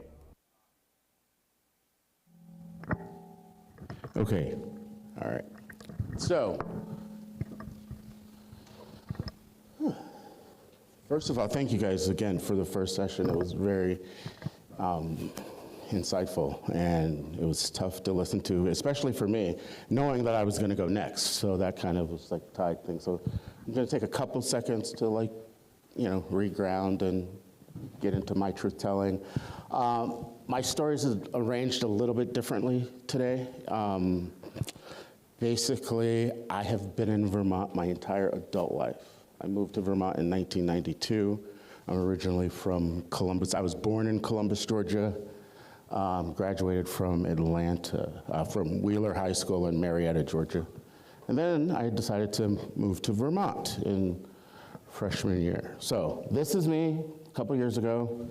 Not much difference from 51. And let's see what happens. All right, so as you can see, I was a very happy baby. I was born May 2nd, 1974. And part of this background story is I have to tell you like how we got here, how I got here in this space, and in essence what the last 33 years was. I do have one specific major event that I'm going to talk about, but obviously, there's a lot of other events I could talk about in the 33 years that I've been here. So I'm looking forward to going on this journey. So the first piece I have to tell you as we put together who am I, how did we get here, is that is my mother, my beautiful, wonderful mother. I was born May 2nd, 1974. She was born July 29th, 1958. So if you quickly do the math, I was very much a teenage pregnancy baby, and my mother had me when she was about 15 years and 9 months old. Dates and numbers and all that stuff come into range. But this slide pretty much points to the first 18 years of my life moving around. Actually, not the first 18 years, you can see the first year. And to get to the student that was at the University of Vermont, we have to go through this process. So the next slide that I would like to share with you is my father's slide. As you can see from the dates, my biological father died October 10th, 1976, and he was born October 11th, 1951. If you can do that math, you can see that my father did not make it, or barely made it to his 25th birthday. So part of me being here is, at 51, I'm thankful that I've basically lived, twice as long as my father did. And as a little anecdote or a backstory, something else we could go into later on, but my father was killed in Columbus, Georgia, in a bar fight, basically, by a white man. So growing up, that was always in the back of my mind, and it had shaped and framed a lot of my thoughts and processes. And I'm happy, I guess, to report that he was found guilty in Columbus, Georgia, which is about 100 miles south of Atlanta, in 1976. So my only thought process is it must have been pretty bad and pretty cut and dry that he kind of got away with it. Or did not get away with it, I'm sorry. So as far as shaping me, you're looking at someone who's, has a teenage pregnant mother and a father that basically died when I was about, before I turned 2 years old, or a little after I turned 2 years old. If I was born in 74. And it definitely affected me. It played, at every aspect of my life. And it's part of it, and it's one of those things literally that led me to want to strike out, when I turned 18. It was like, I'm going to strike out. I left the South, which is a whole nother story, and basically came to the Northeast. So now you remember this, so from now on, when I refer to my father, I'm going to refer to my father as my biological father that died. And I'm going to refer to my dad as he's my stepfather, my stepdad. And because my mom remarried when I was about 3.5 years old, around 1977. And they are still together, and they've been together over 48 years. So that definitely went into, like I said, all of who I am and upbringing and things like that. So let's see. This is who showed up at the University of Vermont in basically August of 1992. That's my high school picture from Georgia. That is literally what I looked like at 18. That, and I guess I haven't changed that much. Don't judge me. But this, part of framing this story is like, a lot of times we'll hear people say, oh, well, you're not from here. You don't understand what it's like. You don't know what it's like. Actually, I've been here 33 years. I know Vermont. I know Vermont winters. I know all those things about the community.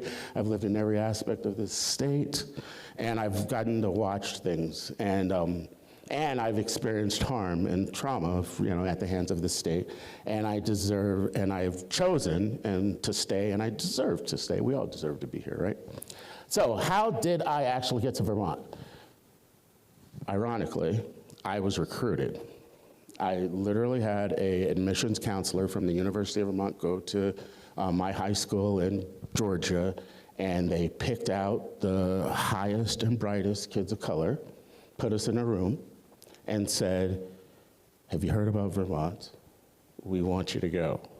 And literally, I ended up with a full ride academic minority scholarship, or academic and minority scholarship. So I had full tuition basically at UVM as an out-of-stater. That being said, family life, all those things, as I said, my mom had remarried and they had 3 kids, 3 siblings, so I'm now the oldest of 4. And situations arise and things like that, and I basically was like, in that office, I had definitely dealt with a couple things in Atlanta. This was right after Rodney King had gotten beat up, so I had done my first bit of social justice protest about that time.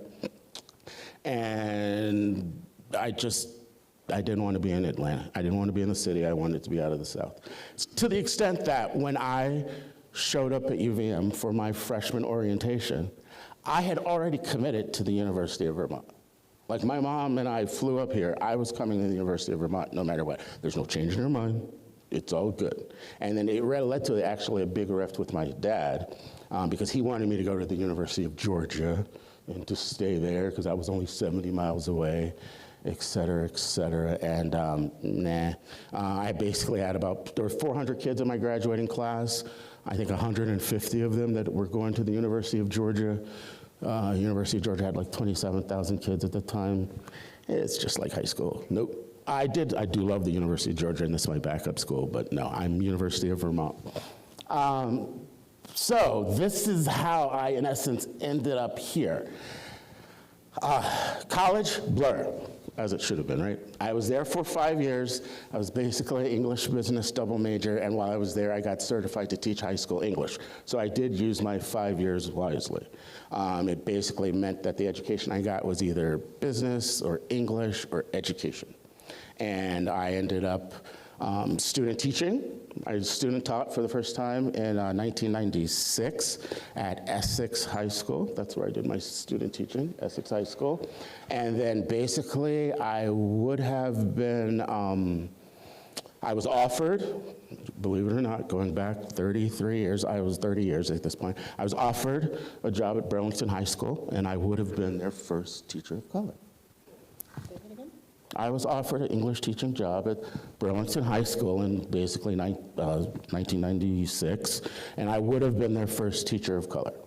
to teach in English. And unfortunately, I'd had such a progressive liberal upbringing in college that I was like, I don't really like the sounds of that. And I went into the corporate world. I went into marketing and things like that. However, this pretty much was in my 20s. So after I graduated, and that is me walking, that is me going through commencement, I went into business, into marketing, led into the corporate marketing side of my life. And I have to tell you this story only because it's kind of interesting, because, you know, everybody's seen that show, How I Met Your Mother?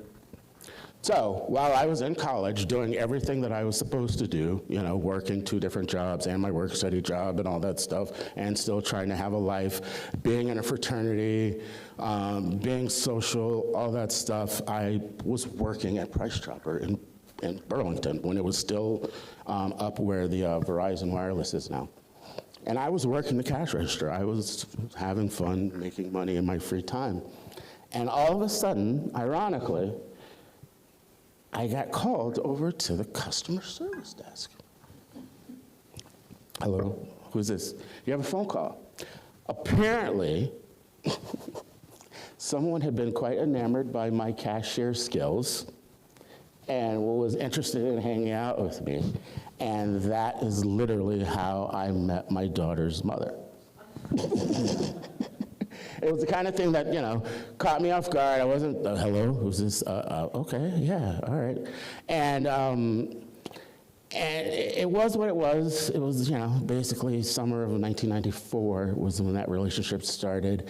And I was very, you know, it happened. And then you didn't know because it's love, you're in college, all that. But what I didn't know at that time, and this is kind of where things started to, you know, rationalize or create for me. She had a mental illness, and she had diagnosed bipolar affective disorder. I didn't know that. And at 21, 22 years old, I was not at all equipped to handle it. And so that was a learning curve, and it's led to experiences that I've had, and I literally have seen people in manic episodes, severely depressed, clinical depression, all those things. I've had the ability to experience it, and that just helps me hold space with people these days, which I really appreciate. So that led to my daughter. So my daughter, Olivia, was born November 16th, 1998. And she will be 27 tomorrow. She's doing well, I'm very happy to say. And all that being said, her mother had bipolar affective disorder. It made it very difficult for us to maintain and be in a relationship. So I ended up with full legal and physical custody of my daughter when she was 4.5 months old. So changed pretty much everything, but at this point, I'm a college graduate. We got a little marketing business. Things are doing okay. We have the kids born. I'm still maintaining a good relationship with her mother. Her mother actually lives in South Burlington. Still friends of the family, but that definitely affected, obviously, I was a single dad, extroverted, trying to run a business with my daughter in tow. We've got some wonderful stories, but basically this became a huge milestone in my life. So 26, full legal and physical custody of my daughter, trying to run a business, and I still have good connections, good community with my fraternity brothers. I've now been in the town for about 10 years or so, and life is good. So when Olivia was about, and ironically, just to share, her mother's side of the family is Irish Catholic. I'm only sharing this because I was awarded, full legal and physical custody on March 17th in 1999, which is kind of interesting. And my daughter and I celebrate that as one of our anniversaries now. And ironically, I would love to say wonderful, positive things about, Olivia's mother. She is, like I said, she's still well. She's still with us. She never was able to pay child support. And it just becomes part of that story, as we're working through this process. She was never able to pay child support. It led to her having a pretty estranged relationship with our daughter. And luckily, I've been pushing them to, be friends and connect as adults, and they're doing very well, to the point now where, she's happy to, even wish her a happy birthday when it comes, when her birthday comes up. And that's important. And because when Olivia was about 9 months old or so, I started another relationship. And that was going well, and her name's Erin. Erin was helping me raise Olivia, and we're living together. We live together basically. At this point, I've now graduated college. My first apartment was in Burlington.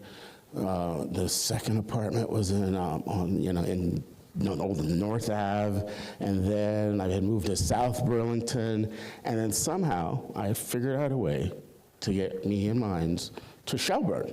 So we're renting a nice house in Shelburne, and Olivia's doing great. She's at the nicest schools. I'm teaching rec sports, teaching soccer. Like, there's a lot of kids right now that age that learn basketball and soccer because of me.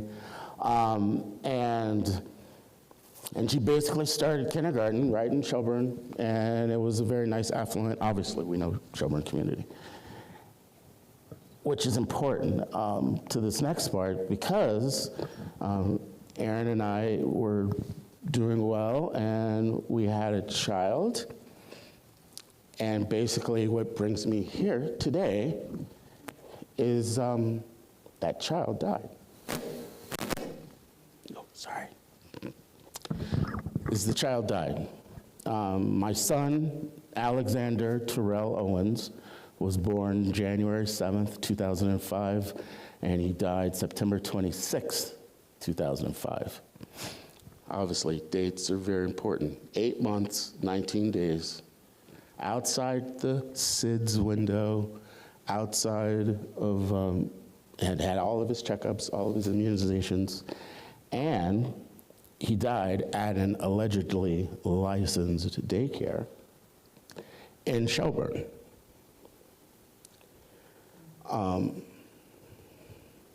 So Olivia had an in-home daycare in Burlington, a nice, older, mature white woman, and I loved it because it was great because I'm running my business, and I would wake up and I'd take Olivia right down the street, and that was good. It worked out. It was excellent. When Alex was born, I tried to see if she was still available, and she's like, I can't, Rod, I'm full up, I'm sorry. So she ended up, my son, Alex, ended up at a daycare in Shelburne, in 2005. We're paying, regular daycare rates. No idea that she wasn't licensed, no idea of anything because we would never have thought that we needed to ask that in-person advertising in such a community would be unlicensed. So, just for perspective, we're talking about 8 months, 19 days. That's how long he was here. And if we all remember 2005, I can tell you a couple things about grief, as I've been somebody that's had to live with it for about 20 years and still try to be successful, because it's a lot, in my opinion, when you lose a child, you lose an opportunity. That was your seed, that was your growth, that was their future is what you saw. And when you lose that child, it's a gap. It's just a gap. What happened? What? Parts that I want to highlight to you right now, for instance, is it was 2005. Do we know what else happened in 2005? In about August of 2005? I'll remind you. So I'm pretty much, hugging my kid, dancing around the house, talking to him as Hurricane Katrina is happening. And I'm lifting him up. I'm like, it's all right, buddy. It's things in the world are bad. You're gonna make it better. It's gonna be okay. You're gonna literally help, change the world. I did not know a month later he would be gone. Do you wonder if every year, every hurricane season, there's a ripple through the universe that tells me you had a loss? Yeah, there is. So when we look at Hurricane Melissa, Hurricane Aaron, that macro is triggering my micro, which is quite interesting. Is the more you learn and study about yourself about the situation. So Aaron and I happen to be 7 years apart. So basically, when we started dating, I was 25, she was 18, and I had Olivia. And 5 years later, ironically, Alex was born. And like I said, Olivia had just started kindergarten and things were going well and we were talking about our future. And as many of us know, whether you're having a tough relationship or not, usually, an extensive, significant change, birth of a child, all right, we're gonna have a do-over, we're gonna try to do this, we're gonna make this work, and we're happy. And I was 31 at the time, basically, and I had already accomplished more than anybody thought, honestly, that I might have. I was the first person in my family to go to college and graduate. I owned a business in Burlington. I survived 9/11. Like, don't even get me started. I had a business with 25 employees when 9/11 hit, 2001, exactly. So let me tell you, I was promoting resorts and vacation properties. One of our biggest incentives was airline tickets and giving away free airlines. Pretty sure nobody wanted to fly after 9/11. So my business had gone through a change, and it was, all right, okay, I had downsized a little bit, and we were doing mortgage services because it was, right around 2004 was the housing crisis. So now we're helping people refinance their mortgages. So, business is good. I can make this work. I basically have 2 kids. I've got my son, so I'm extremely happy. And that, ironically, and I haven't shared a lot of this story, by the way. Even to my students, like I work in education, a lot of people have never gotten the pieces of this story to the extent that when they get it, they're like, how did you keep that from us so long? Because it's, it's what we live with, it's what we go through. But I do want to highlight especially like the 7 days between, because it all changed in 7 days. And somebody moved the clock. Oh, there it is. Okay, good. All right, never mind. Just making sure. I have to keep my own time out and make sure I be respectful. So, September 25th, big football fan, had friends over. I think Alex and Olivia were around. And I think Erin might have had a wedding to do. She's a cosmetologist. But it was, busy household, and it's not babysitting if it's your own kid, I know that. And we were having a pretty good weekend, and, Sunday night, for some reason, I kid you not, I just did not feel good. I just started not feeling well, and I didn't know. Basically, after like the 4 o'clock games or something, I pretty much went to bed. And I fell asleep watching the game, and then, on the couch, boom, it was gone. And I don't know why. I still had no overall symptoms, just whatever. The next morning, I woke up, Aaron had gotten Alex ready, and they were basically leaving to go to daycare. And I woke up, I kissed them, hey, how you doing? Good job. Let's see you. And they were gone. And self-employed, so I work from home. I make my own schedule. Actually, my office is right around the corner at this point. So we were around. It was a Monday. Things were pretty cool. And, Aaron and I were having conversations and things like that. And it was about 11:30 in the morning, and we're having a conversation. And this is important because I did not know at this time. 11:30, something's going on. We're having the conversations, and we're just doing our thing. And then basically at about 3:21 p.m. on a Monday, I got a call from the Shelburne Police Department saying, you need to go to the emergency room right away. Wait, what? Okay. Ironically, right before or right after, I can't quite remember.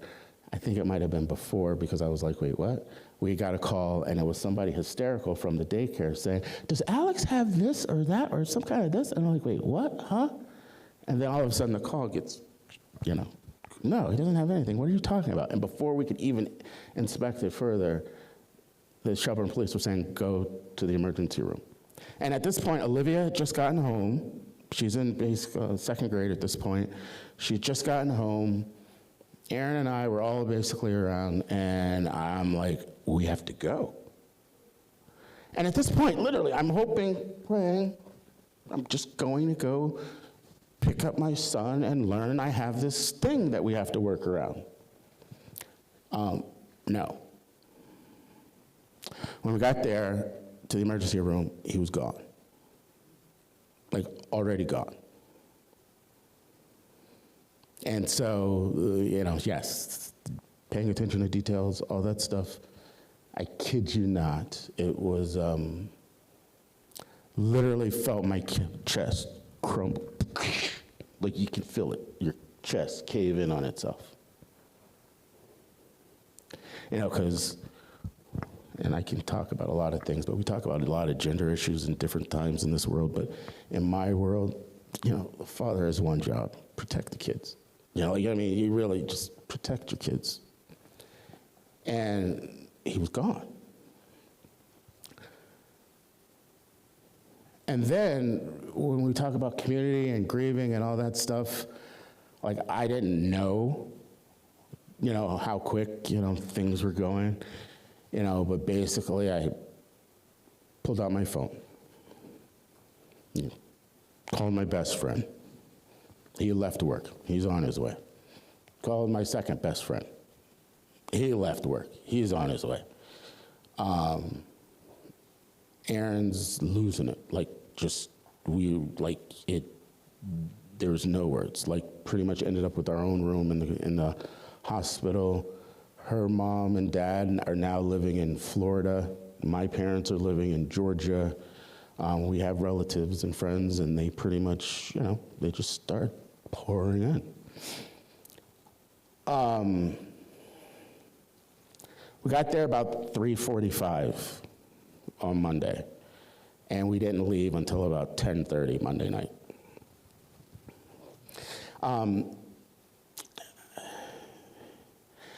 And it was definitely great for me to hear the Garveys this morning, because it reminded me of a lot of those processes that they do go through, and they were not kidding. That is exactly how it does happen. It's like your kid's dead, and they're like, do you want to donate organs? Yeah, it's like, don't ask me that right now. But we didn't actually leave the hospital until about 10:30 that night. At that point, her uncles and aunts are showing up, my friends. At that point, we probably had about 5, 6, 7, 10 people around. Olivia is just there as a trooper. And even to this day, she'll share, she's only seen her daddy cry twice. This was one of them. This was one of them. And not that I shouldn't cry more, but I probably should, but I just hide it from her. But she's only seen me cry twice. And part of that process that they want you to do is they want you to actually carry the child to the morgue, And you don't really know that, but I can attest to you, there's no warmth. It's the coldest thing you can probably ever hold. It's all gone. And as much as you would want to try to squeeze or push, you can't. So yeah, we took that walk down. And then at that point, we're kind of just there. I had to call my mom and dad from Georgia, Mom, Dad, hey, what's wrong, son? I lost Alex. And just for the record, it's Alexander Terrell Owen. So I kid you not, my favorite football players at the time, Terrell Owens, Sean Alexander, and Alpha Tau Omega was my fraternity, or is my fraternity. So there was a plan that was in place with all of this.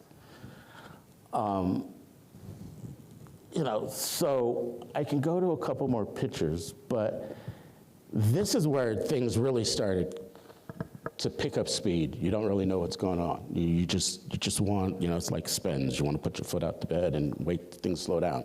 So there's a couple things I did that week that I don't know why I did, and I probably should not have done. So after all that time at the hospital, I drove Aaron and Olivia home. I didn't, like, so let's talk about care and support, and like, okay, all right, we're going home now. I piled, you know, we got back in the van, in the Jeep, and went back to Shelburne. And I'm like, I probably should not have been driving, but so we got home. And keep in mind, we have an 8-month-old. There's toys, furniture, clothes, all that stuff still around. Erin pretty much went to bed crying. Olivia was exhausted. She went to bed as well. I couldn't sleep. I just sat up. I was up all night. The next morning, about 6 o'clock, I woke up. I ran down into the basement. I was going through the laundry to pull out his clothes so that Erin and Olivia didn't have to, like, see it. And I mean, that's what I did. And then at about 7:30 or so is when it all hit, like, psh. The school called. And I was active, PTA, all that stuff, you know, like literally we're in the middle of, you know, fall soccer.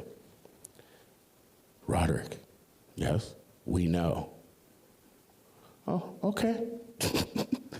Thank you, because I'm still, in essence, coming to grips with it. At that time, we were renting in Shelburne. My landlord, ironically, his name was Mr. Borgia, a wonderful man. He's actually 50 years older than me. So it's like exactly 50 years older than me. So I'm 31, he's 81, and he always was active and everything. He shows up that morning, not even knowing like what he's going to do. He pulls out the, you know, the lawnmower and gets ready to start mowing the lawn. And then I literally have to tell him, he's so proud of me. I have to go tell him my son died. And he was the first person that he and I cried in the shed, with the lawnmower, all that stuff. And that was basically started the whole other process. My family, my parents, my brothers, since I'm oldest of 4, they all showed up. I don't know how they did it. They jumped in a minivan. They were there by Tuesday night. Her parents flew in that day as well, and pretty much by Wednesday, there was 25 people in our little 3-bedroom house. So it was quite busy, and there was a lot of love and a lot of sharing. But meanwhile, things are ticking. Now we have the funeral home. We got to make arrangements. And by the way, I don't mean to bury the lead. The cause of death is undetermined.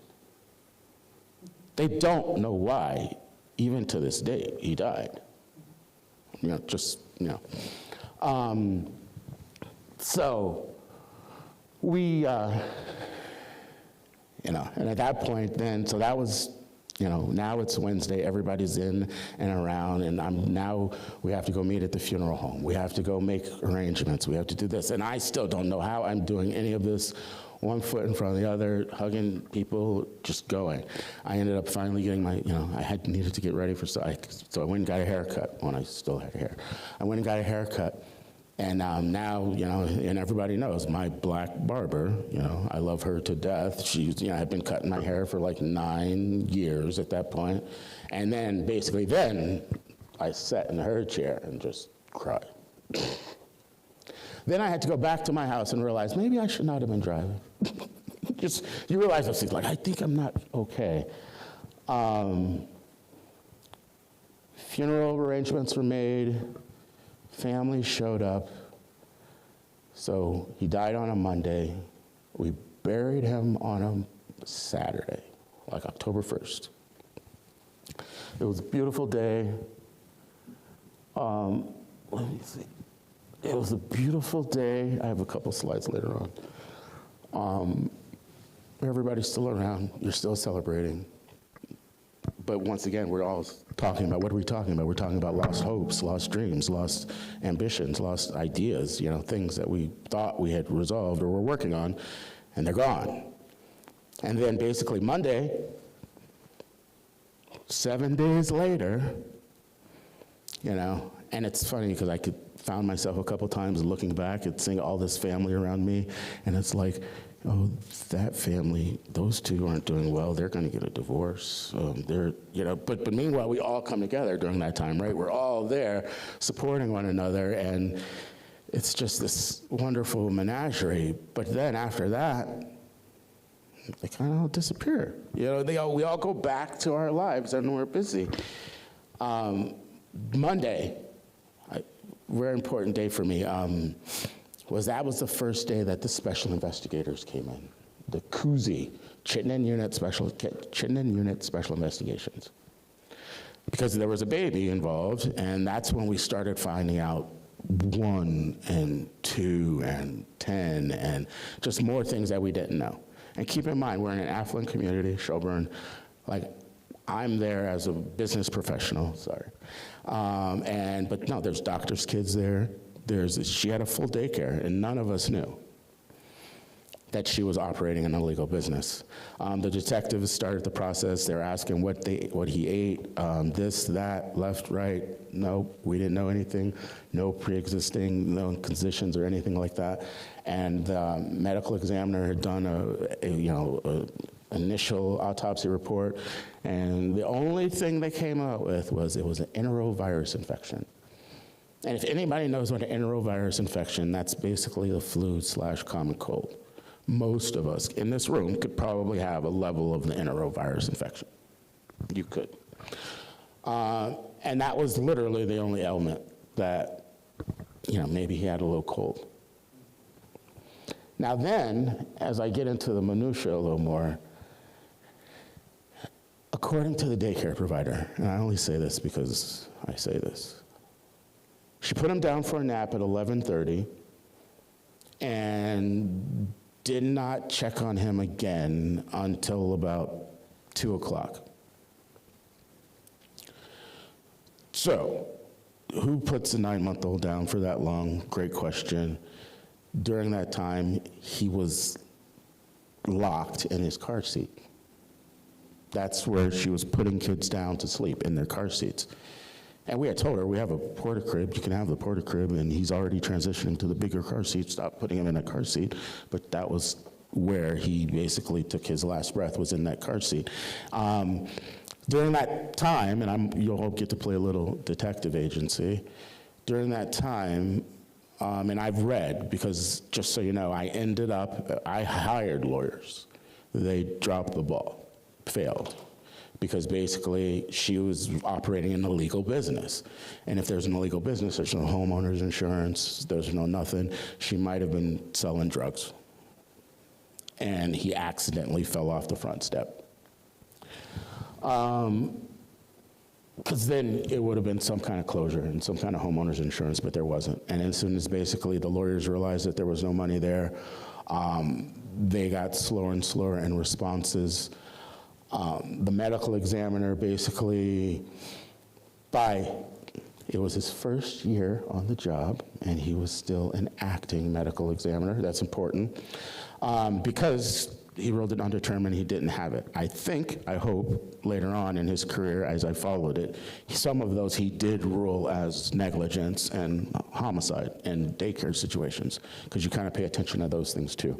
The state's attorney we were working with at the time, and these are all the ways that I was in essence wronged by the system and by the state of Vermont in this situation with this investigation. At the time, the state's attorney that we were working with basically was like, we're going to send these slides over to a specialist in Maryland and to figure out exactly what happened to your son. That never happened. And then only after doing more investigation on my own, we just used another one, somebody that we had that was, she might have said cheaper, more available, somebody like out of New York to get basically a second opinion on the slides. And I can show you the death certificate, the embossed death certificate that basically still says, undetermined. So 2005 to 2009, absolute, not a blur, but you're grieving. You don't know what's going on. I'm trying to raise my daughter. I know I can't completely lose it because then I could lose my daughter too. I'm not going to lose 2 kids out of this, was thought processes that I had.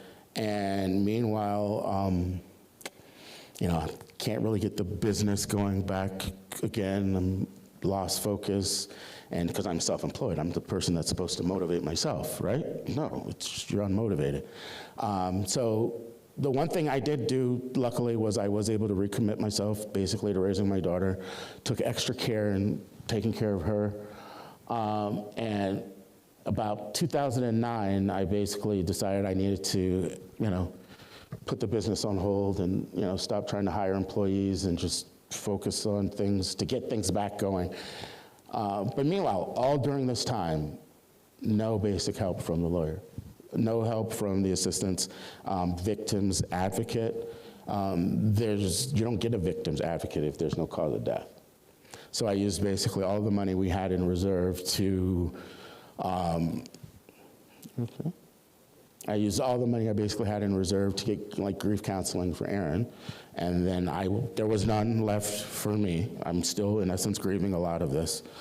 And you kind of just pick up the pieces, and then basically we were leaving it up to the lawyers, a very nice law firm in Burlington, to handle things. Like they weren't dropping the ball. Yeah, it just got really icky, and nobody was communicating. And her lawyer was doing, what he was supposed to do, everything he could to get the case dropped. And then basically something happened, my lawyer missed a deadline, and a motion for summary judgment was granted. And it was just, boom, gone. To the extent that I was so upset, in essence, that I signed up, represented myself pro se. And then that's when I finally started to get all the medical records and everything that happened. And I've seen the photos, I've seen the stories, and I'm, just so you know, and we can obviously talk about it more in detail later, but there's about 45 minutes that don't drive up where she doesn't know what happened,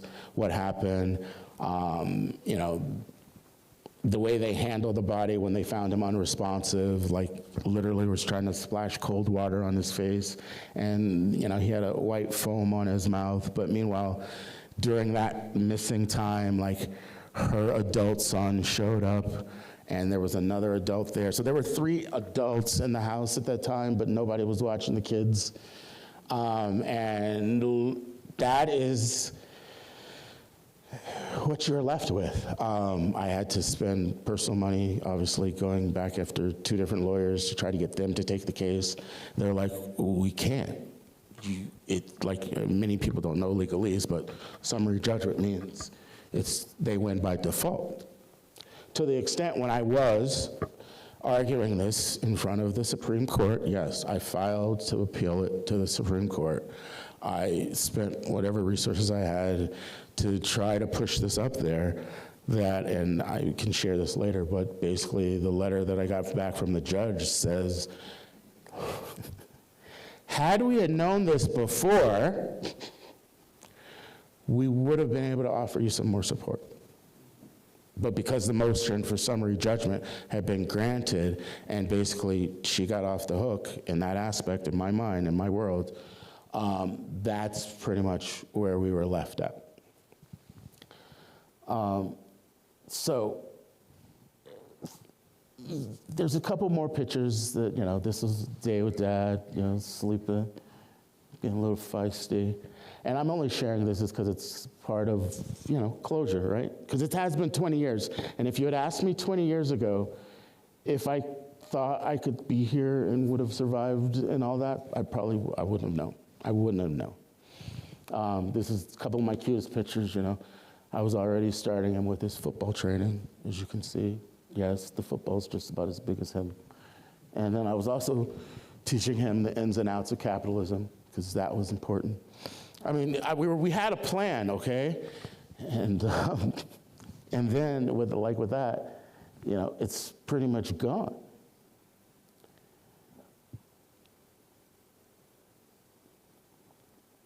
So that's myself, Aaron, and Olivia. Those are my pallbearers, my brother, my fraternity brother, my other brother, and my other brother, another fraternity brother. It's my son. That's what it's like. And then, and like I said, at the time, I'm 31. Aaron's 24. We're dealing with something we never thought we would ever have to deal with. And it's pretty much, right there, like in your face. So like I said, I spent 4 years trying to get closure and justice, and still no determined cause of death. None. In 2009, like I said, I basically shuttered my business to focus on my daughter.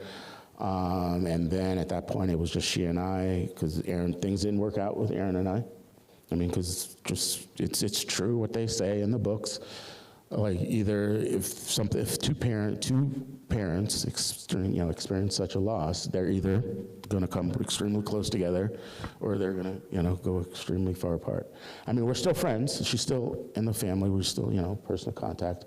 I mean, because we still actually, which is even after 20 years, we still get together. I mean, she's still in the family, but and we're working on our relationship. We're friends. But at that time, 2009, no, we broke up. We were.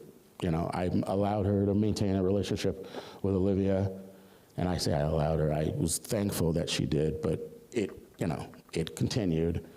And then basically in about 2012, after, looking for, one-bedroom apartment in Burlington or Shelburne, even in, 2012 dollars was about $1,500. That was when I decided to move to the Northeast Kingdom.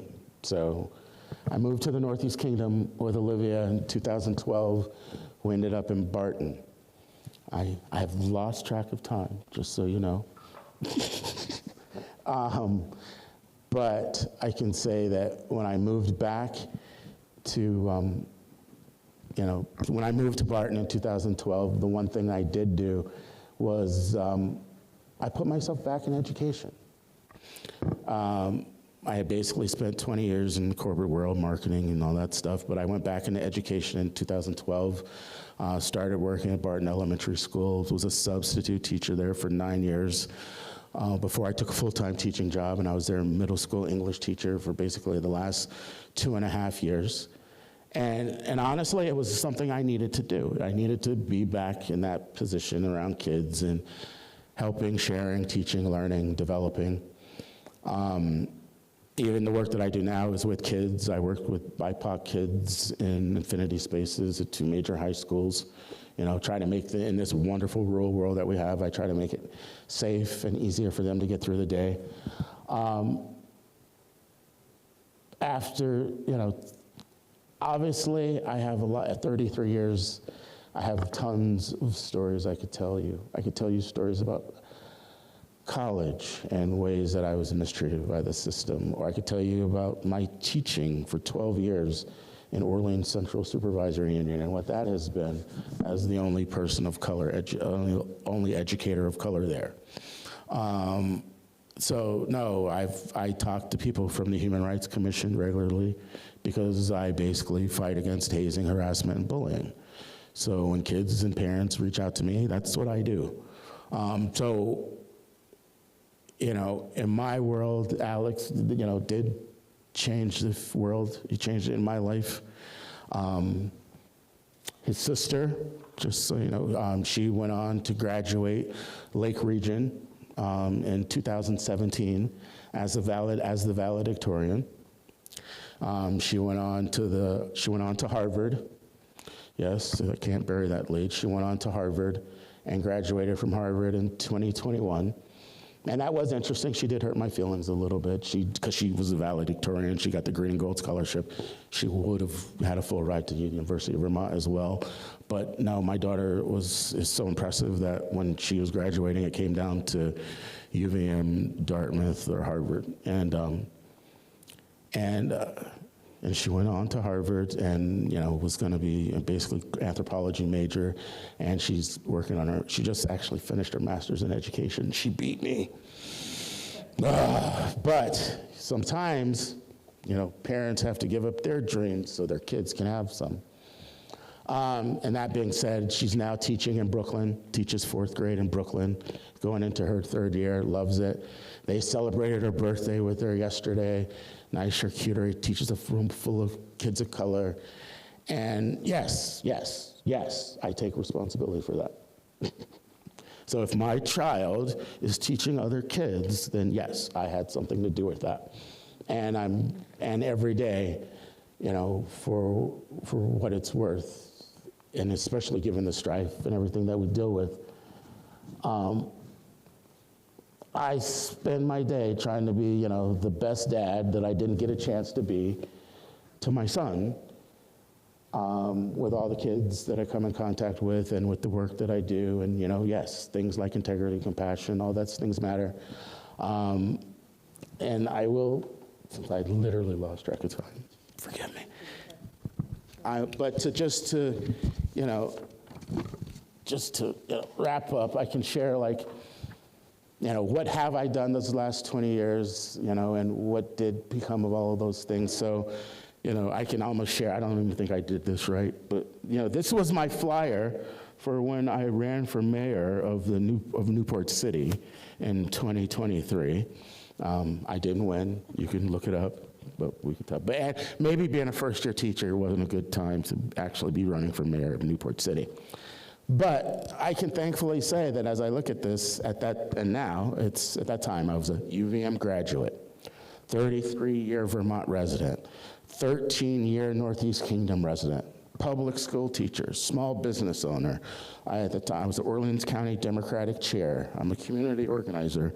I'm a Vermont-raised Freemason. At the time, I was a Vermont NEA union member, youth basketball coach, community theater, and I was the dad of a Harvard grad. So, yeah, I know they probably wanted me to be a little bit more specific about losses and things like that, but I'm sure you guys can see all the different ways that the system failed me and failed my son. And this is just like one story that I take with me every day when I leave the house, and it's been 20 years. So I will now answer questions if you guys have any. Thank you, Roderick. Thank you. I really appreciate how you've brought your entire life into this and your family. And we also want to not just assume that we know how the state failed you. Yes. And so I wanted to ask the impact and what it means. If you can explain to everybody what it means not to have a cause of death on the death certificate, and how that has impacted you being able to get justice. Thank you. Well, first of all, closure, no, you don't have any. The mic. I know. So no, I didn't have closure. And given what I know about the system even now, put it like this: had she been charged with negligence and operating an illegal business and had been ruled a homicide, victims advocacy would have been in the play. There would have been another trial, more than likely, that the state would have had to put on and do their due diligence. I've actually had an opportunity to meet, I met the cop that showed up on the scene at my son at the house that day, and he was in the process, I kid you not, of about to give me a ticket. And we were talking and some other stuff. It was a Shelburne cop. He was in the process of about to give me a ticket, and then he realized, oh wait, that was your son? Yes. And literally said to me, he goes, that's part of the reason right now why I don't want to have kids, is having to see your son in that position. And that's what the police officer said to me. So no, there was no health, there was no No, none of those support services ever kicked in. We were on an island, and had it not been for myself, I mean, and once again, my immediate family is all in Georgia. So my family's 1,300 miles away, so I didn't have any of that connection. I mean, luckily she had family and still has family in Winooski, things like that, so there was a connection there, but no, they didn't do a good job on the investigation. They didn't send the slides to where they were supposed to send them. Like, literally. And I found that out 2 years later. It's like, wait, you said you were gonna, and I remember names and faces. The head detective that was working on the case, his name was Detective Soychek. You didn't hear that. But the fact was he ended up getting deployed or something to Afghanistan, and I'm calling Kuzi trying to get an update. I mean, so it's like the other party saying that you would call 20 times. Like, no, I kept logs of everything. I mean, hundreds of times. How's it going? Where are we at now? What's going on? Did we find this? Well, we still haven't got a cause of death. So no, you don't have a cause of death. And I don't mean, I don't want to be callous, but at the end of the day, you'd almost prefer it to be anything just to know. I mean, and yes, we, you know, and it took a long time for us to, especially me, to realize that there was nothing that we could have done, that, you know, we don't know what happened there. I can read the investigative report. Other professionals have read it and says it doesn't add up. And basically, even when it came time to like try to file a complaint against the professional review board or try to hold the attorneys responsible, you know, no. And yes, this is also hindsight 2020. If I had known what I knew now, then I would have played it a whole different way. I mean, because you just would have knowing, and I almost, you know, have some advice for the Garveys too, but yes, you would do it differently. So no, they, and then even picking up the pieces, it was like, no, nobody checked in. I mean, like, no, it was, yeah. How did you, am I on? Yeah. Okay. How do you feel like discrimination played a role? Yes. Well, I definitely feel they would have worked harder if the demographics of my family were a little differently. Had we both been, you know, two white people, yes, I feel like there might have been a little more attention paid. Had she been a person of color, unlicensed daycare provider, I think the story would have changed. I mean, because basically this person was, you know, was working in the reserves, owns a house still in Shelburne. I still drive by it. I don't avoid it. I drive by it every chance I get. Not every chance I get, sorry, but when I'm in Shelburne and in the neighborhood, I will purposely, just to see. I haven't seen her in a few years, but no. And then there was some, yeah, and then the more and more the process went on, she got more and more emboldened. I don't think I should have to pay money for death. That is, I kid you not, and blah, blah, blah, my attorney told me that. That's what she said, and I was like, well, you know, because at that point you're literally having a minutia conversation about settlement. Like, what should you think? Like, can we get closure? No. And so back to your question though, Mia, like, no, if you really want to help me solve my, figure out a cause of death. Like, and even the medical examiner was like, oh, we'll keep slides, and occasionally with technology and things we can go back and we'll try to pinpoint. Still haven't heard from him. Haven't heard from him in 17 years.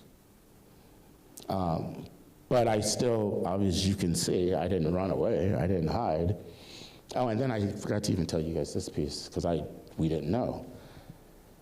Apparently, I don't know, 3 or 4 years earlier than this, she had had another child die in her daycare.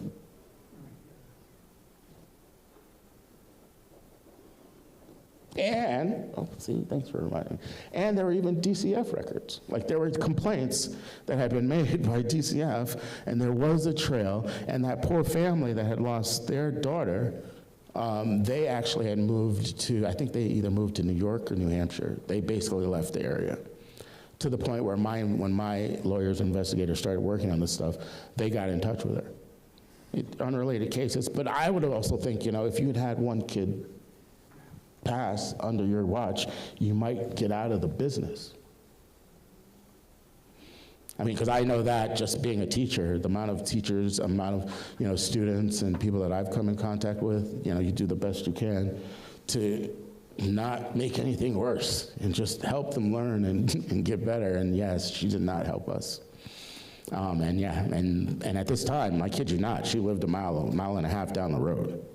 So I know, what anger is, I know what loss is, and it's just part of, me having this opportunity when I can deal with the other overt racism stuff that I deal with. But, I think discrimination definitely played a huge, just how they handled it, how they approached it.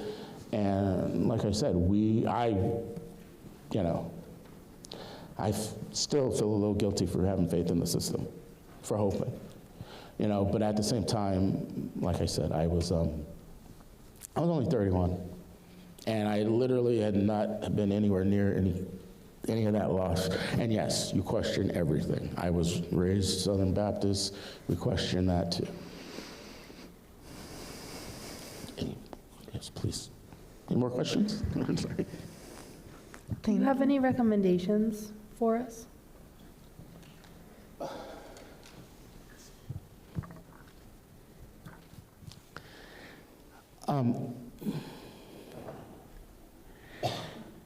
I guess the recommendations that I really have, like I said, come from just understanding the situation and that most of the issues that you're dealing with, they're not black and white. They're not. And whether it's a mental illness, whether it's, I don't know what privilege thought she could operate an unlicensed daycare, or why she thought it would be okay to not be up on her certifications, because that affected the story too. Because guess what? Because you start to study that too, and I looked into childcare and all the childcare subsidy and all those types of things. We're so understaffed in the state, DCF and all that levels, that they can't even get around to inspect the licensed daycares. So yes, you need more investigators that can go in and investigate because if you can't, inspect all the licensed daycares, you definitely can't inspect the unlicensed daycares. So no, that would be very important to figuring out that way. And I'm always going to say, I don't like the recommendations. I think because we've come up with a very awesome list of between housing and education and, I was renting at a time. I basically ended up leaving there and having to pick up the pieces and start all over. So, housing and security, and this was, in my opinion, it was just one person's carelessness, or one person's negligence, I'm sorry, because there's still no cause of death. So the recommendations would be just to make sure that these stories, are uplifted and they stay in the front of people's minds. Thank you. I think we could use 30 hours just for all your stories, and I know that you, over racism that you have experienced in the Northeast Kingdom, and that you chose these stories. So I really hope that you can submit more. And yes, that is a plan. I am working on a couple other truth-telling pieces that I'll be adding. I will have a more an updated slideshow with some of the pictures of what has happened in the middle of the 20 years. Pictures of me running for, I could talk about running for mayor. Yeah. That was, Newport City, run for mayor. 2027, we'll see. I might try it again, but you didn't hear that here. Yeah, so no, and I could, and that's why, when I looked at something that basically has defined me that I think about every day. And every day that I work with kids, every day that I work with anybody that's disadvantaged, I try to, if this were my kid, how would I want him to be taught right now? And I'm pretty good at it, so yeah. And yes, there are more stories, and stay tuned, I guess. But I've loved this experience because once I knew about it, I just, I've learned even from the 2020 and George Floyd and all those different things. Like, no, there's a lot of pain and hurt in the world right now, and the only way we can get through this is by telling our truths and using those I words. Thank you. All right, thank you. So we're gonna, I'll take my job back later. we're gonna take some time. We're gonna take a deep breath. We're gonna exhale. Feet your feet on the ground, your body on the chair.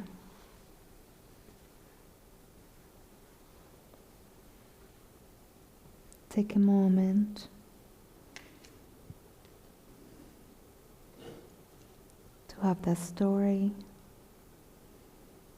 in your mind. Inhale. Exhale.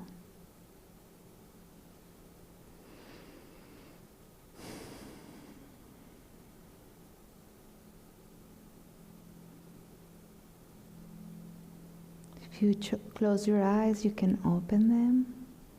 Look around the room.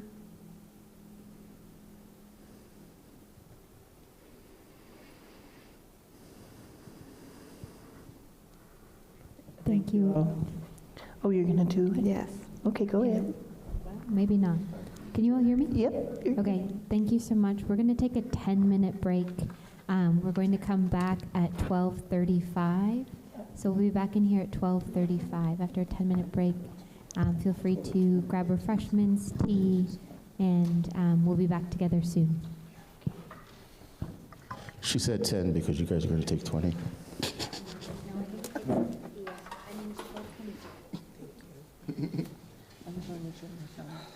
Yeah, I'm going to go check on it.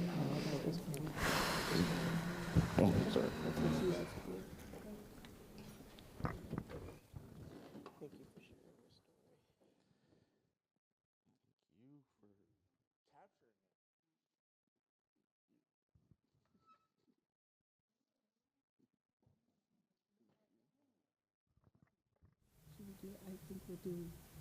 Similar to what we did with Roderick. Again, this is about community and relationship this time, and you have been with us from the beginning, planning to how we take care of people in this space, and it seems fitting to end with your story, to end this public session with your story, Lushanya, to uphold the theme and to uplift the care that you've taken care of everybody else, including ourselves. We want to be able to emulate and model that back to you. Thank you. So thank you. And start whenever you're ready. Okay. Bedduashte, good afternoon. Thank you so much, commissioners, and thank you so much to all the honorary witnesses.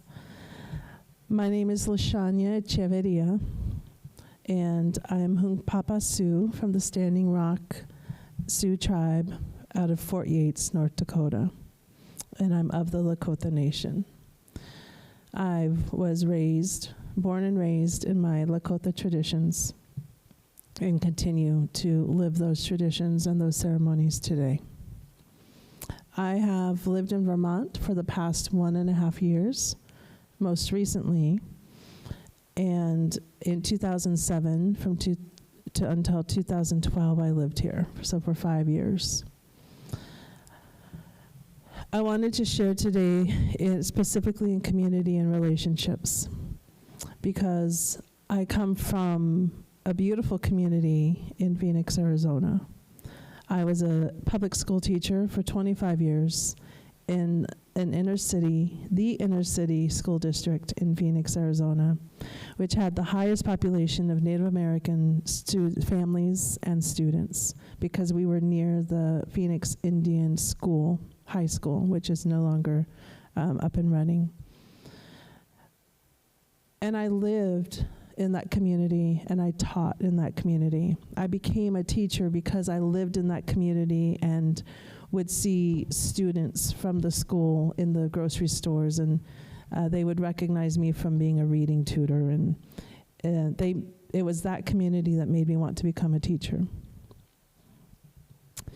And also in Phoenix, there's a variety of cultures. I could live in a neighborhood that had all languages being spoken and all religions being practiced. I came to Vermont in 2007 because of a family need. I wanted to be here. My family had moved here, and I wanted to come to Vermont to support my niece, who was in high school at the time. At the time, in 2006, I was living in El Salvador, in San Salvador, El Salvador, teaching. And I wanted to stay in Central America for a few years. And when my family needed me, I knew that it was my responsibility to come here. And I had no idea what Vermont was or what it meant. But my family was here. My first experience with Vermont was going to a gas station where there was an advertisement, and this was about 10 miles from where I currently live. There was a gas station with an advertisement that said, if you filled up a tank of gas, you got 2 free bottles of water.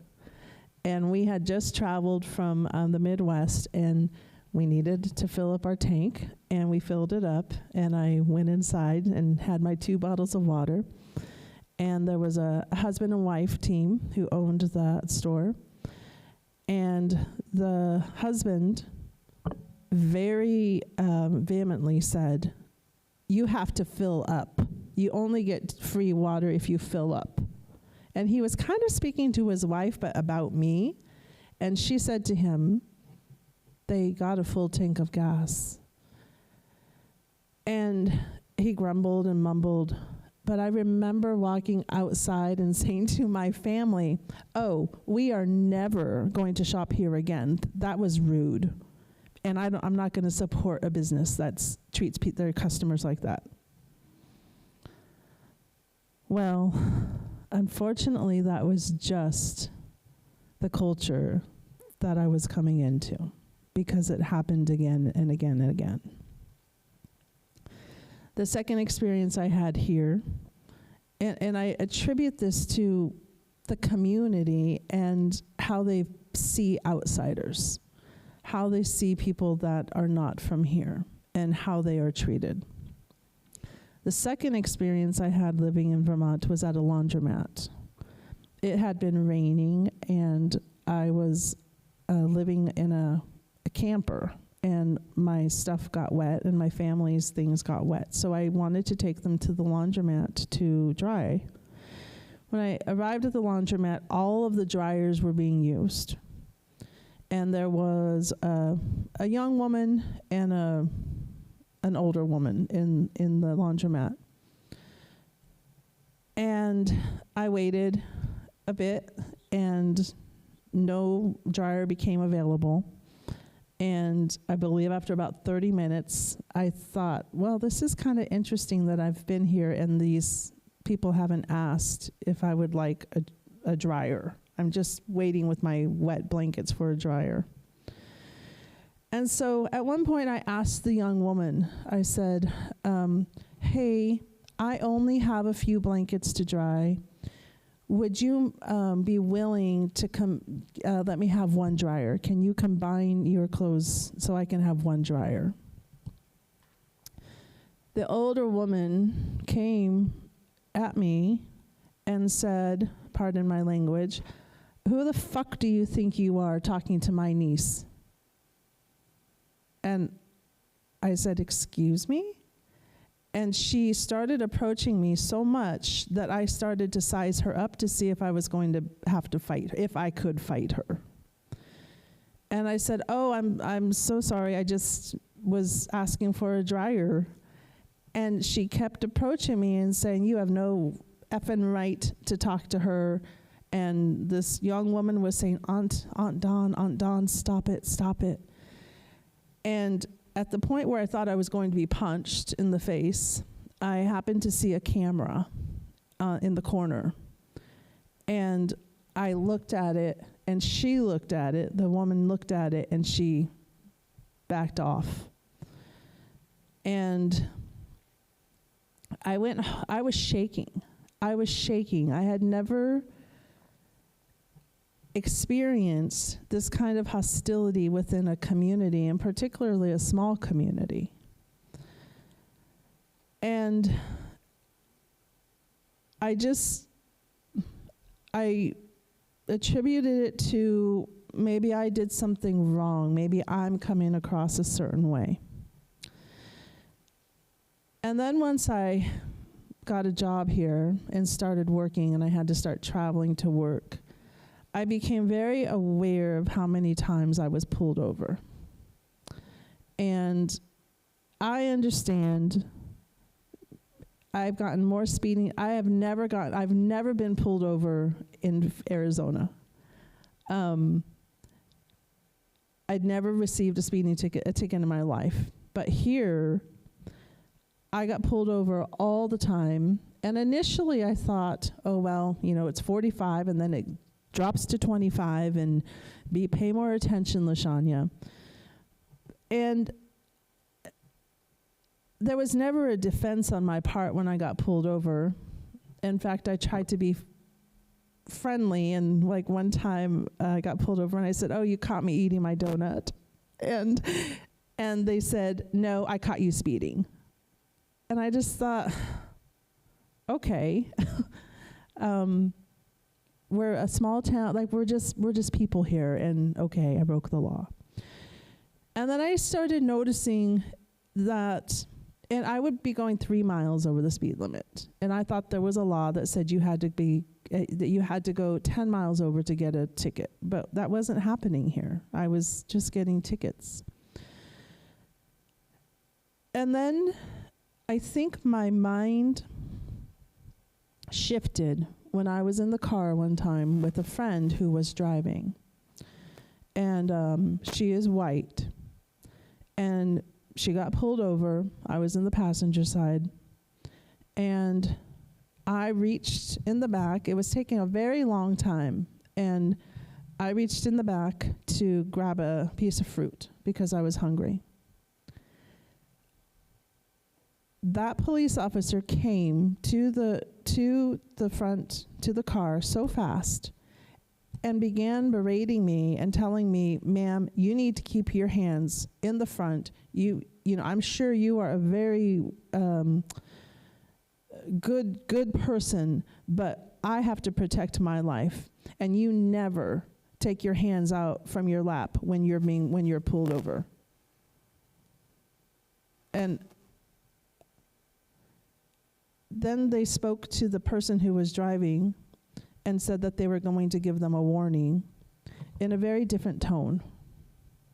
And it was that moment that I really became aware of how differently I was being, that it seemed to be a difference for me being pulled over. It seemed like every time I got pulled over, and it's not a lot, but a few times, it seemed like I was getting a lecture about my behavior rather than just, this is what you did. Like, officer, what's the problem? You were speeding. Okay.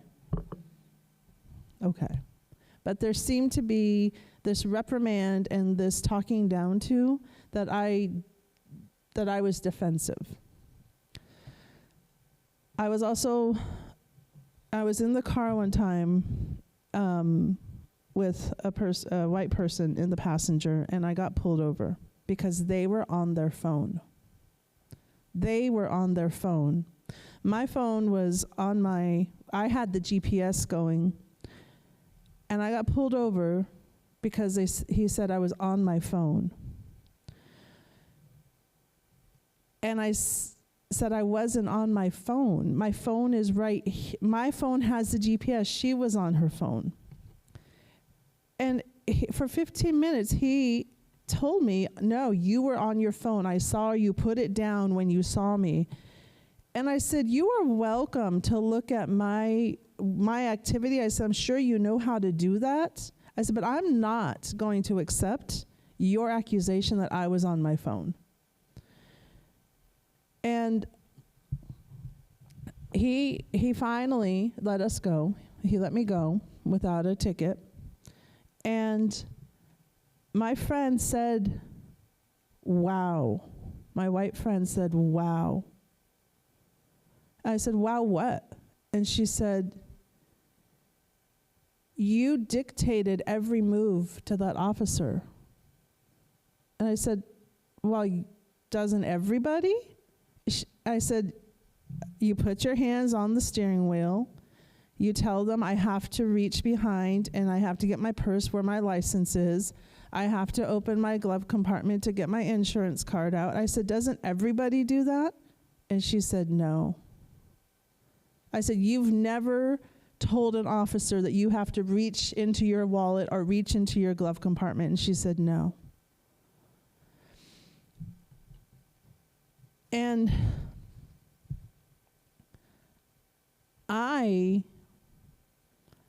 after all these experiences, I will not drive in Vermont after dark without sharing my location with somebody or telling somebody I should be there by this time. I have been in Vermont. My license plate says Indigenous, Indigenex, and I have been, in the past 6 months, folks drive up, tailgate me, and then will speed past me, cut in front of me, and slam on their brakes. And I really believe that is because of my license plate, what my license plate says. And maybe my bumper stickers, but are not political, just empowering for Indigenous people. So I think there's a real discrimination here against Indigenous people, against brown people, against BIPOC folks. And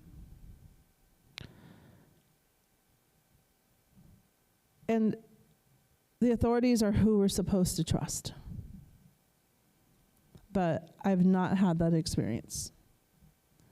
It's almost as if the police I'm automatically a suspect, even if I'm the one asking for help. I also want to talk about trying to find a job here in Vermont as a public school educator. In Phoenix, in Arizona, I have a highly qualified certificate. I'm a highly qualified teacher. When I came here, fortunately I found a job, a private teaching job, which I love and I'm so grateful for. And there came a point in that job where I wanted to be a part of a teaching community and not just the private family that I taught for. And so I sent out my resumes to every job that interested me. I probably sent out 15 applications and 15 times. I wasn't getting any callbacks, which was very unusual. It seemed very unusual that I wasn't even getting an interview based on my resume. International teaching, English as a second language, a math and science degree.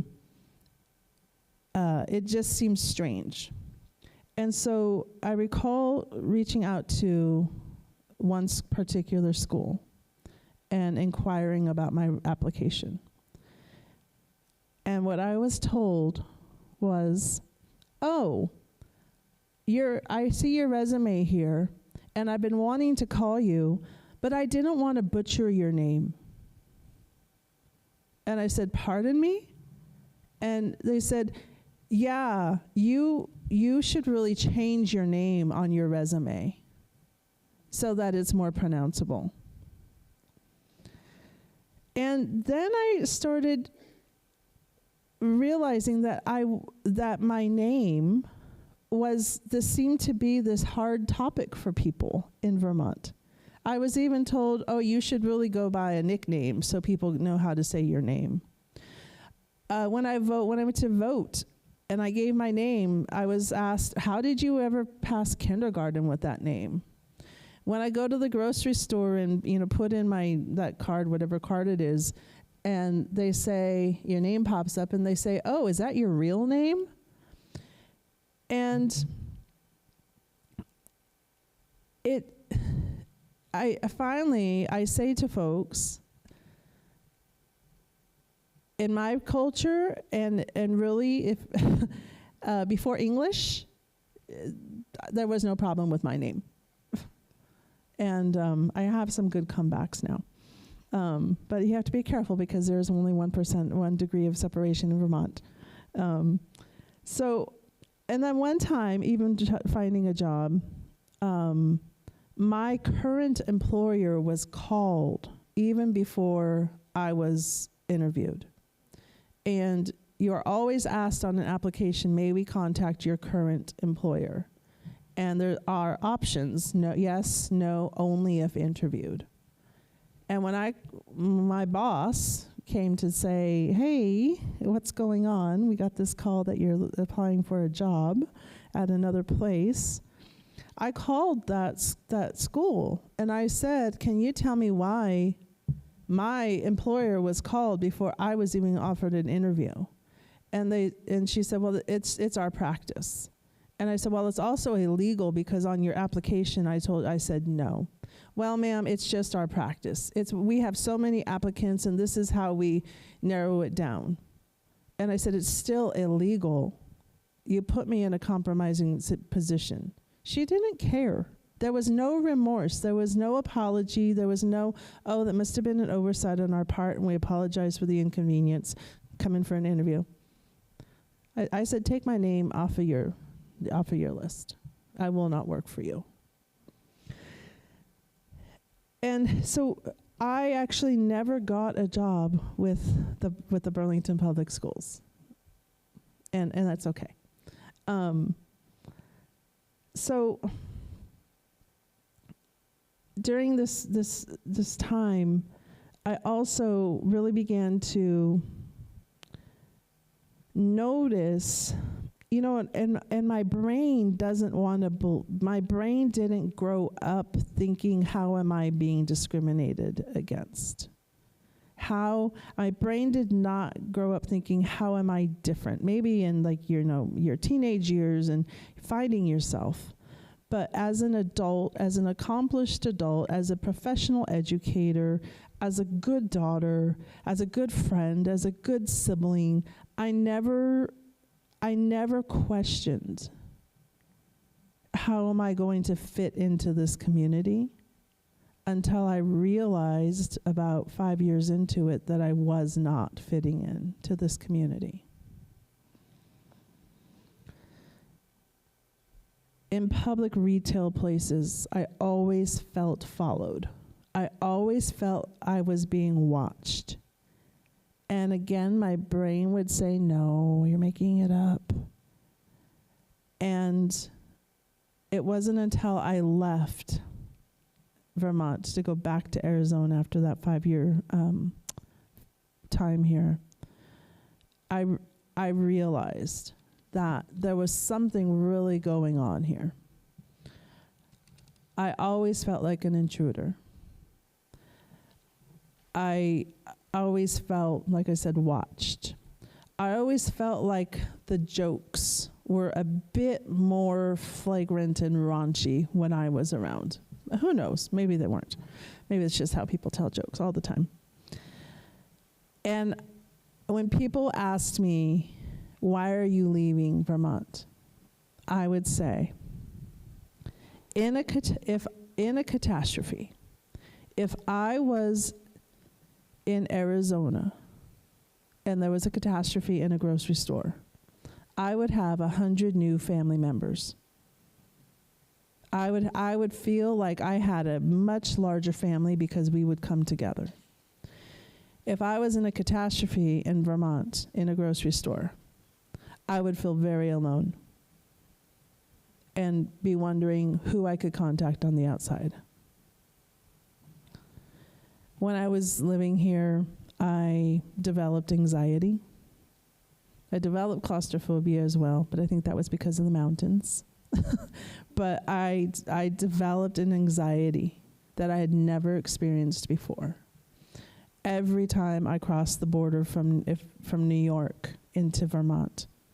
There was one time I flew into Burlington at night, and I realized not one person, because my family was traveling, they were away, not one person in Vermont knew that I was on that plane. And that hurt my heart. So, but I came back. I came back because my family has land here. My mother has a legacy here. And I came back because I'm going to continue her legacy. And this is the last thing I'll share is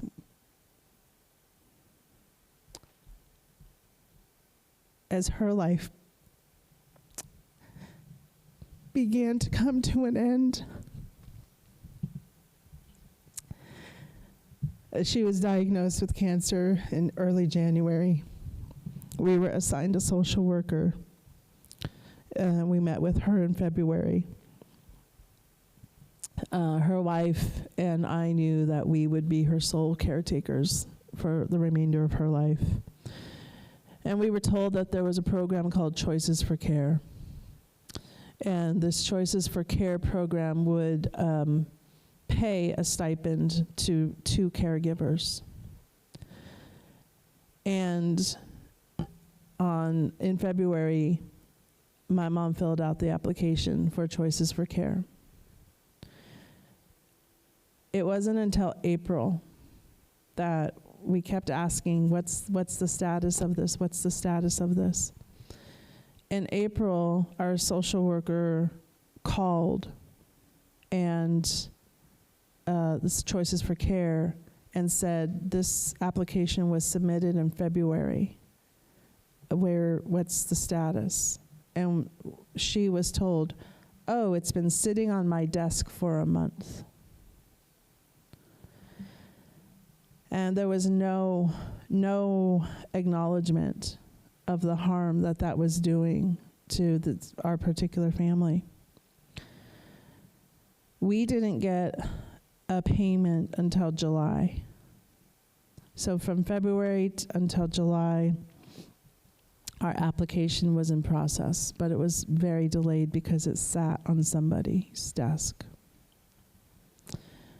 By July, well, really May, during this whole process, my mom was not able to remember her passwords to get onto her email.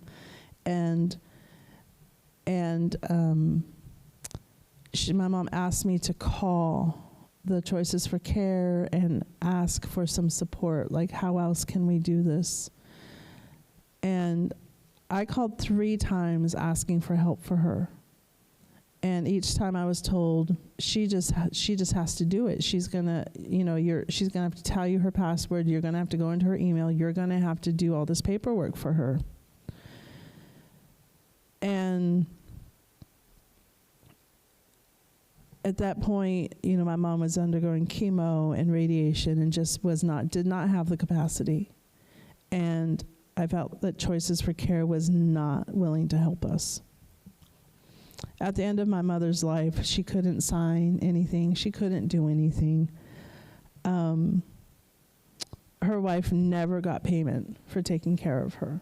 And I got 1 month's payment because that's what moms do. They take care of their children. And when that last month, when I called, I said, she can't sign her name. She can't do any of this. And they would not help. They just continued to say, she has to get online. And one conversation sticks out. It was the last conversation I had with them. I was asked, or I was told, ma'am, I want to remind you that this conversation is being recorded. And I said, excuse me, why would you say that to me? And she said, I just need to remind you of that. And I said, what are you implying about me right now that would cause you to say that to me?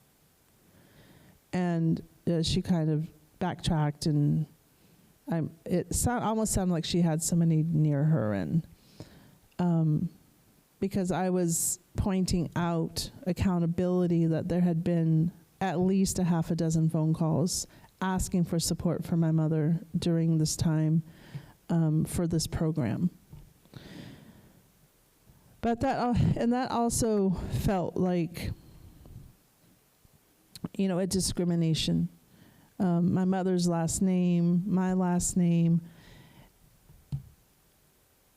It's hard to not think that if we weren't different people or different race, that maybe these things wouldn't happen. But I would say that my recommendations are, and I understand that some of these things are happening now, but some regular trainings on real life scenarios within multicultural communities, and truly some restorative justice protocols for our state agencies and our state departments. That when mistakes are made, it's okay, and they've also have got to do better.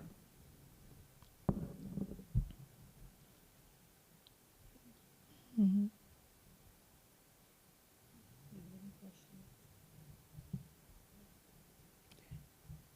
Thank you. Thank you, LaShanya. You're so welcome. Thank you.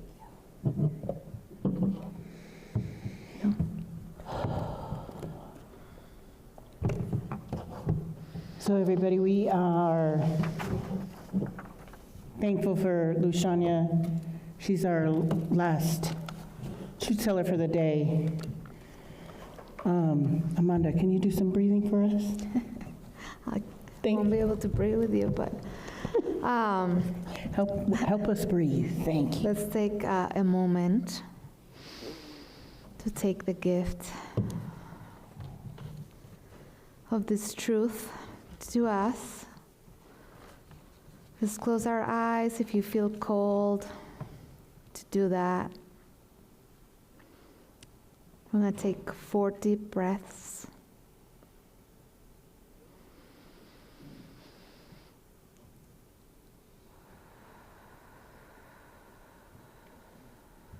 Let's inhale together. Let's exhale.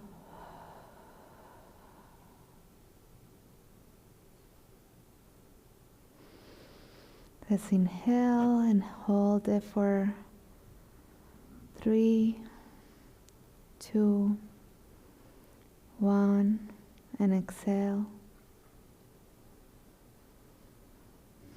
Do one last breath. 1, 2, 3. Exhale. Put your feet on the ground. Feel your body on the chair. Maybe wiggle your hands a little.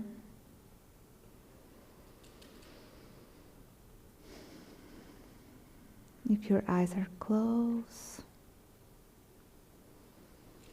take the time to open them and look around the room.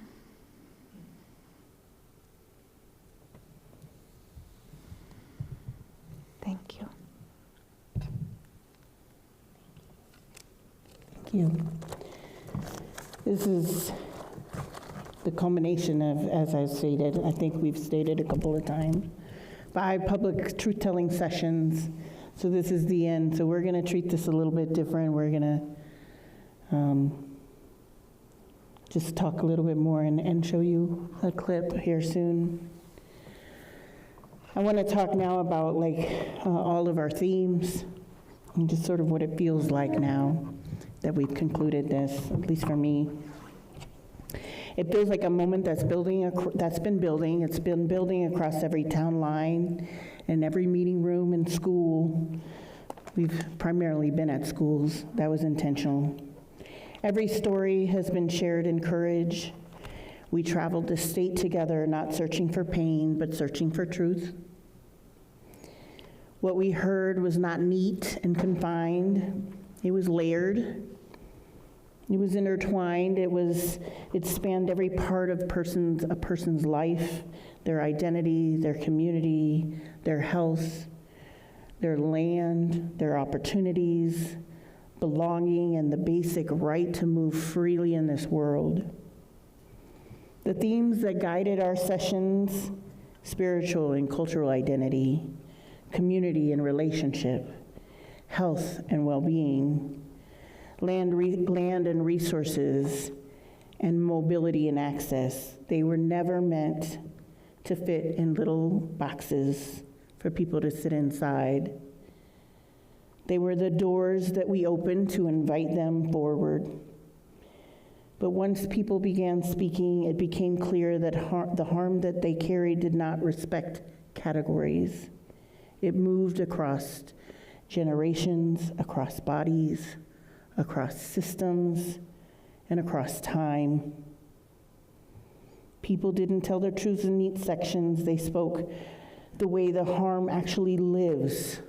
It lives all at once. Someone would begin by naming what happened to their family, and before they even realized it, they were talking about their culture, about their land, about their health and their survival. Another would start with a single moment in childhood and end up tracing the impact across their entire adult life. People spoke in whole stories, not categories, because the systems harmed them and touched everything at the same time. The truths flowed across every theme because that's how deep and interconnected the harm has been in the state. These public truth-telling sessions were not just about gathering truth testimony. They were about unlocking what Vermont has kept closed for too long.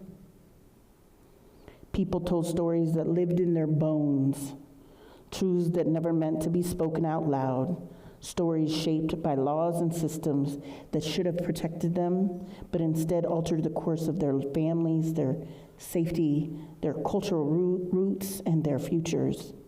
And what moved me most was not by only what that was being said, but who said it.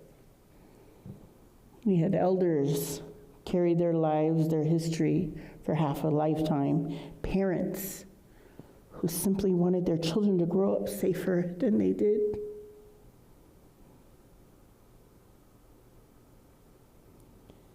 Community members who had every reason to stay silent, yet chose to stand and sit in front of us and say, this happened and this mattered. These 5 themes don't represent abstract ideas. They represent the deepest part of people's lives, their health, their freedom, their dignity, their sense of belonging. They reveal how widespread and interconnected the harm has been, and they remind us that this work is not about a report. It's about people. It's about families who deserve better. It's about communities who still carry wounds shaped by the policies of this state. Today, as we close this chapter of the public truth-telling, we're not closing the work. We're going to find out more about how we can continue to tell truths. The truth's no longer, though, locked away. It's here now in the open, carried by the people who trusted us with their stories, and that trust gives us a mandate. Now the responsibility is ours.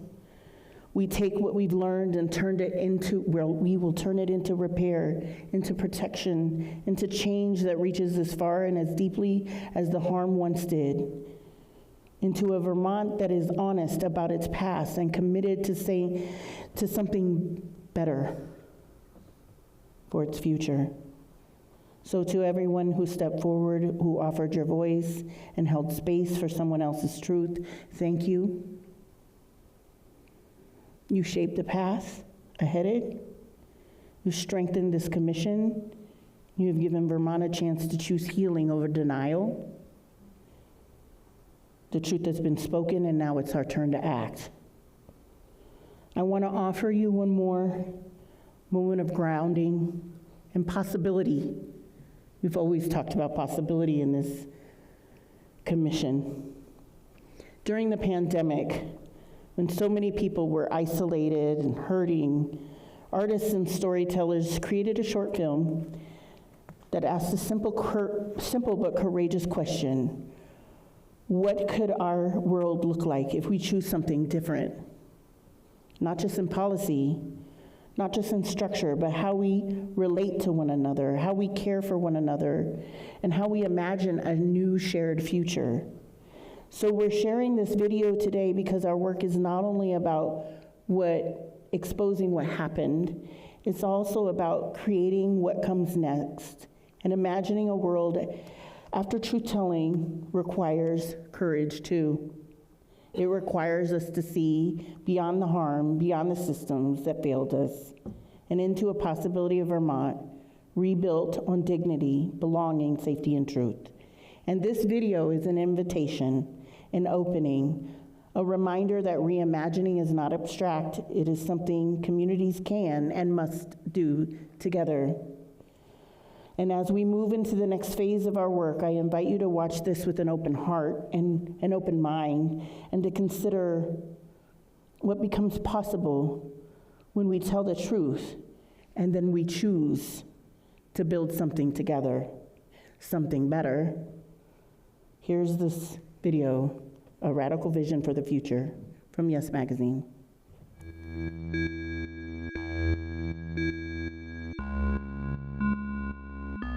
Looking back, it's hard to believe that we've rebuilt our community from the ground up with our own hands. The first seeds were planted way back in the terror and tenderness of the pandemic. And then change bloomed in the streets, in the fire and struggle of the uprisings. Around here, we'll never forget the day that the last prisoners were released, walking out into the arms of their loved ones. The easy part was finding work. The Community Care Corps was always looking for people in those days, whether for universal family care, burying border walls, or green new public housing, going up one pod at a time. Yep, it was a good time for busy hands. Funny, thinking back to the first wave of the pandemic, that's what you really remember. Hands. Washing, scrubbing, disinfecting, washing again, picturing each other's hands, all the hands that had touched whatever we were touching, the hands that packed the box, that picked the tomato, that planted the seed, the hands that stroked the brow, that said goodbye. The hands were us, all of us. That web of hand-to-hand, breath-to-breath relationships was a reminder. We are all entangled, making each other sick, keeping each other alive. That was just one of the lessons of COVID-19. It started in the first great pause, when the smog cleared and the rich fled the cities, when poverty dropped its disguise and racist inequality drew the map of the disease. As the roar of the traffic faded, we arose to birdsong and ambulance sirens. The virus showed us what was truly essential. And we learned again and again that so many of us doing essential work were being treated as sacrificial. From nursing homes to detention facilities, meatpacking plants and fulfillment centers, the virus exposed the cruelty of these warehouses of efficiency. and profit. Then, things got worse. In 2023, super droughts led to mega floods. Locusts carved a path across continents and hyper typhoons drove millions from their homes. COVID-23 raced through storm shelters and refugee camps. Supplies ran out again. Meanwhile, dinosaurs roamed the halls of power, bellowing that more sacrifice was needed. But every time they cranked up that rusty old machine called economic growth, the cloud of sickness and death grew. And we couldn't breathe. Couldn't breathe from the asthma in our polluted communities, from the smoke of those fires. We couldn't breathe with a knee on our necks, in the clouds of tear gas as we shouted, "Black Lives Matter." And that is how the virus changed everything. We finally understood that we couldn't keep patching up the same broken systems. We had to build something new. What was needed was a spark. That spark was us. After months of organizing, the viral rent strike was like a starting gun. Then came the essential workers' strike. Delivery drivers, street cleaners, and farm workers got together and said, "Enough." This time, people didn't just clap from their balconies. We flooded into the streets to join together. One of the leaders was Luciela, a young food courier.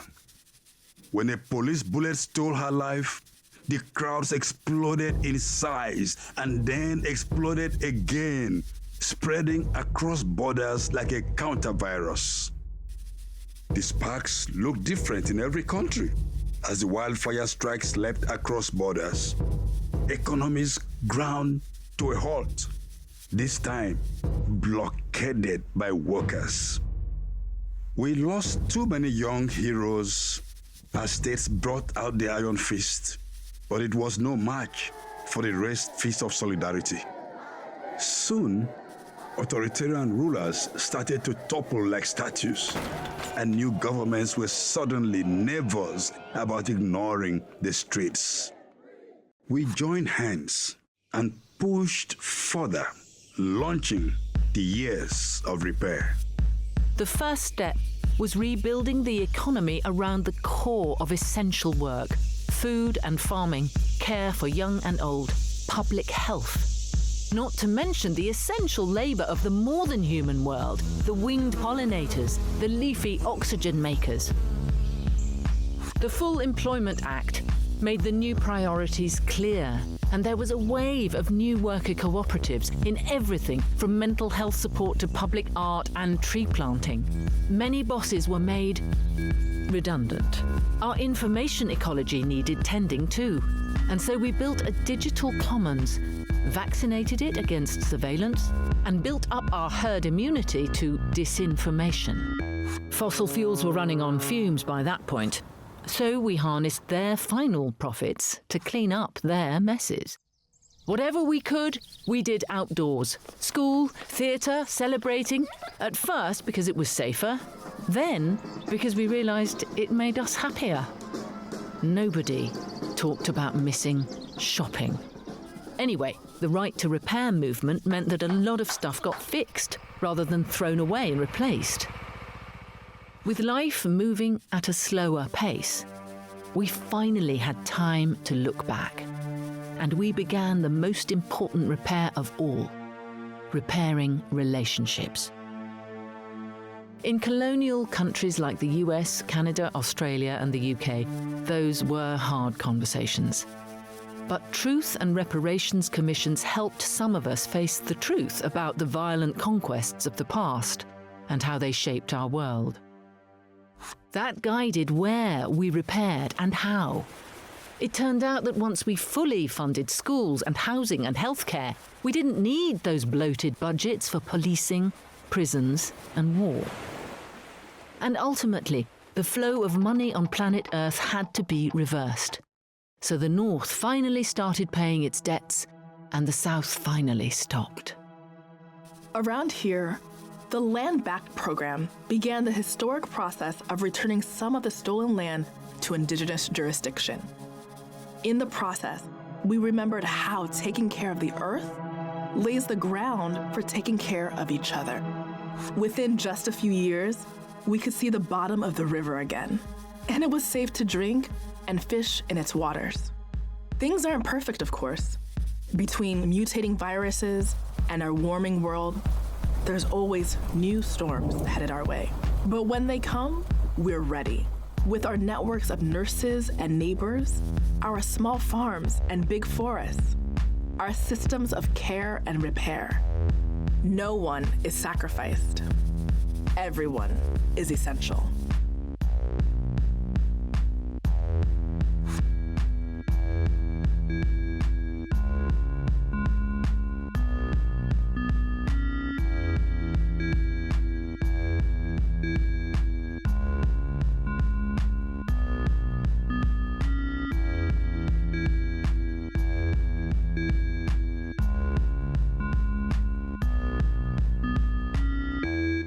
Okay, and as you know, we've collected the tiers from all of these sessions. And we are going to have a ceremony probably about the 3rd week of May. We'll send out more information. We would like to have it in Virgins for reasons where the schools in the past have been, and a lot of the harm has happened. But has all over the state. And so we were given this ceremony by Brenda Reynolds from the Canadian TRC, and this is an opportunity more than symbolic to be able to move forward together.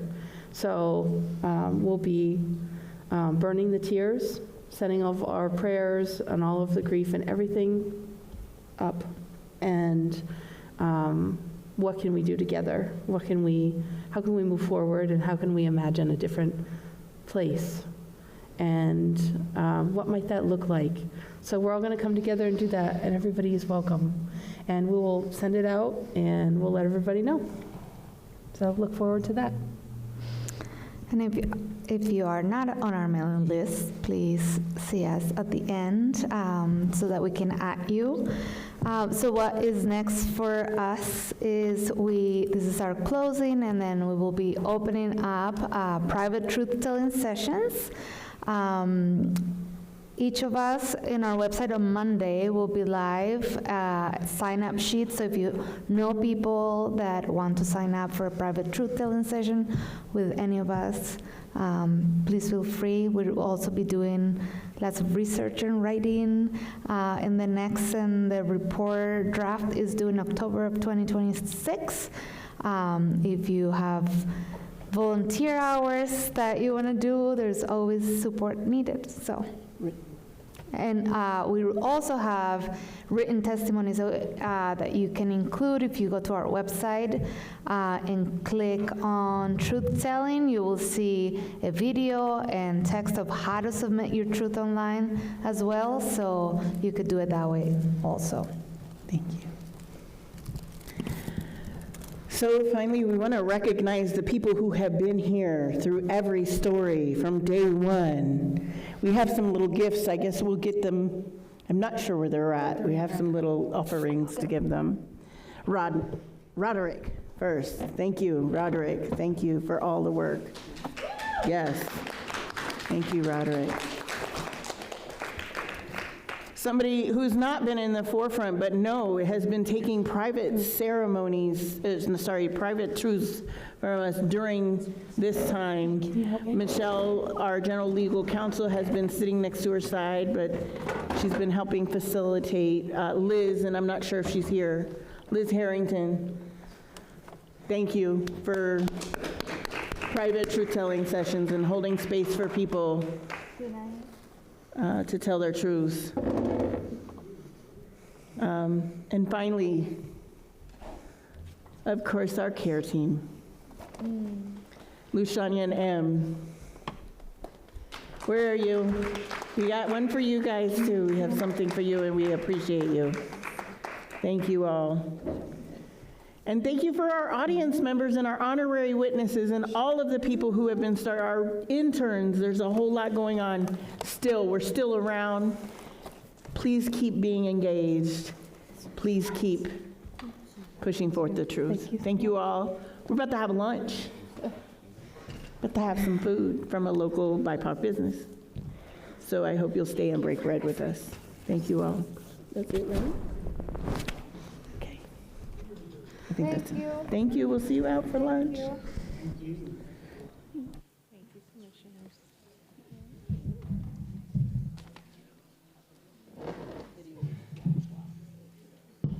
You all keep that. For all of you, it's invited.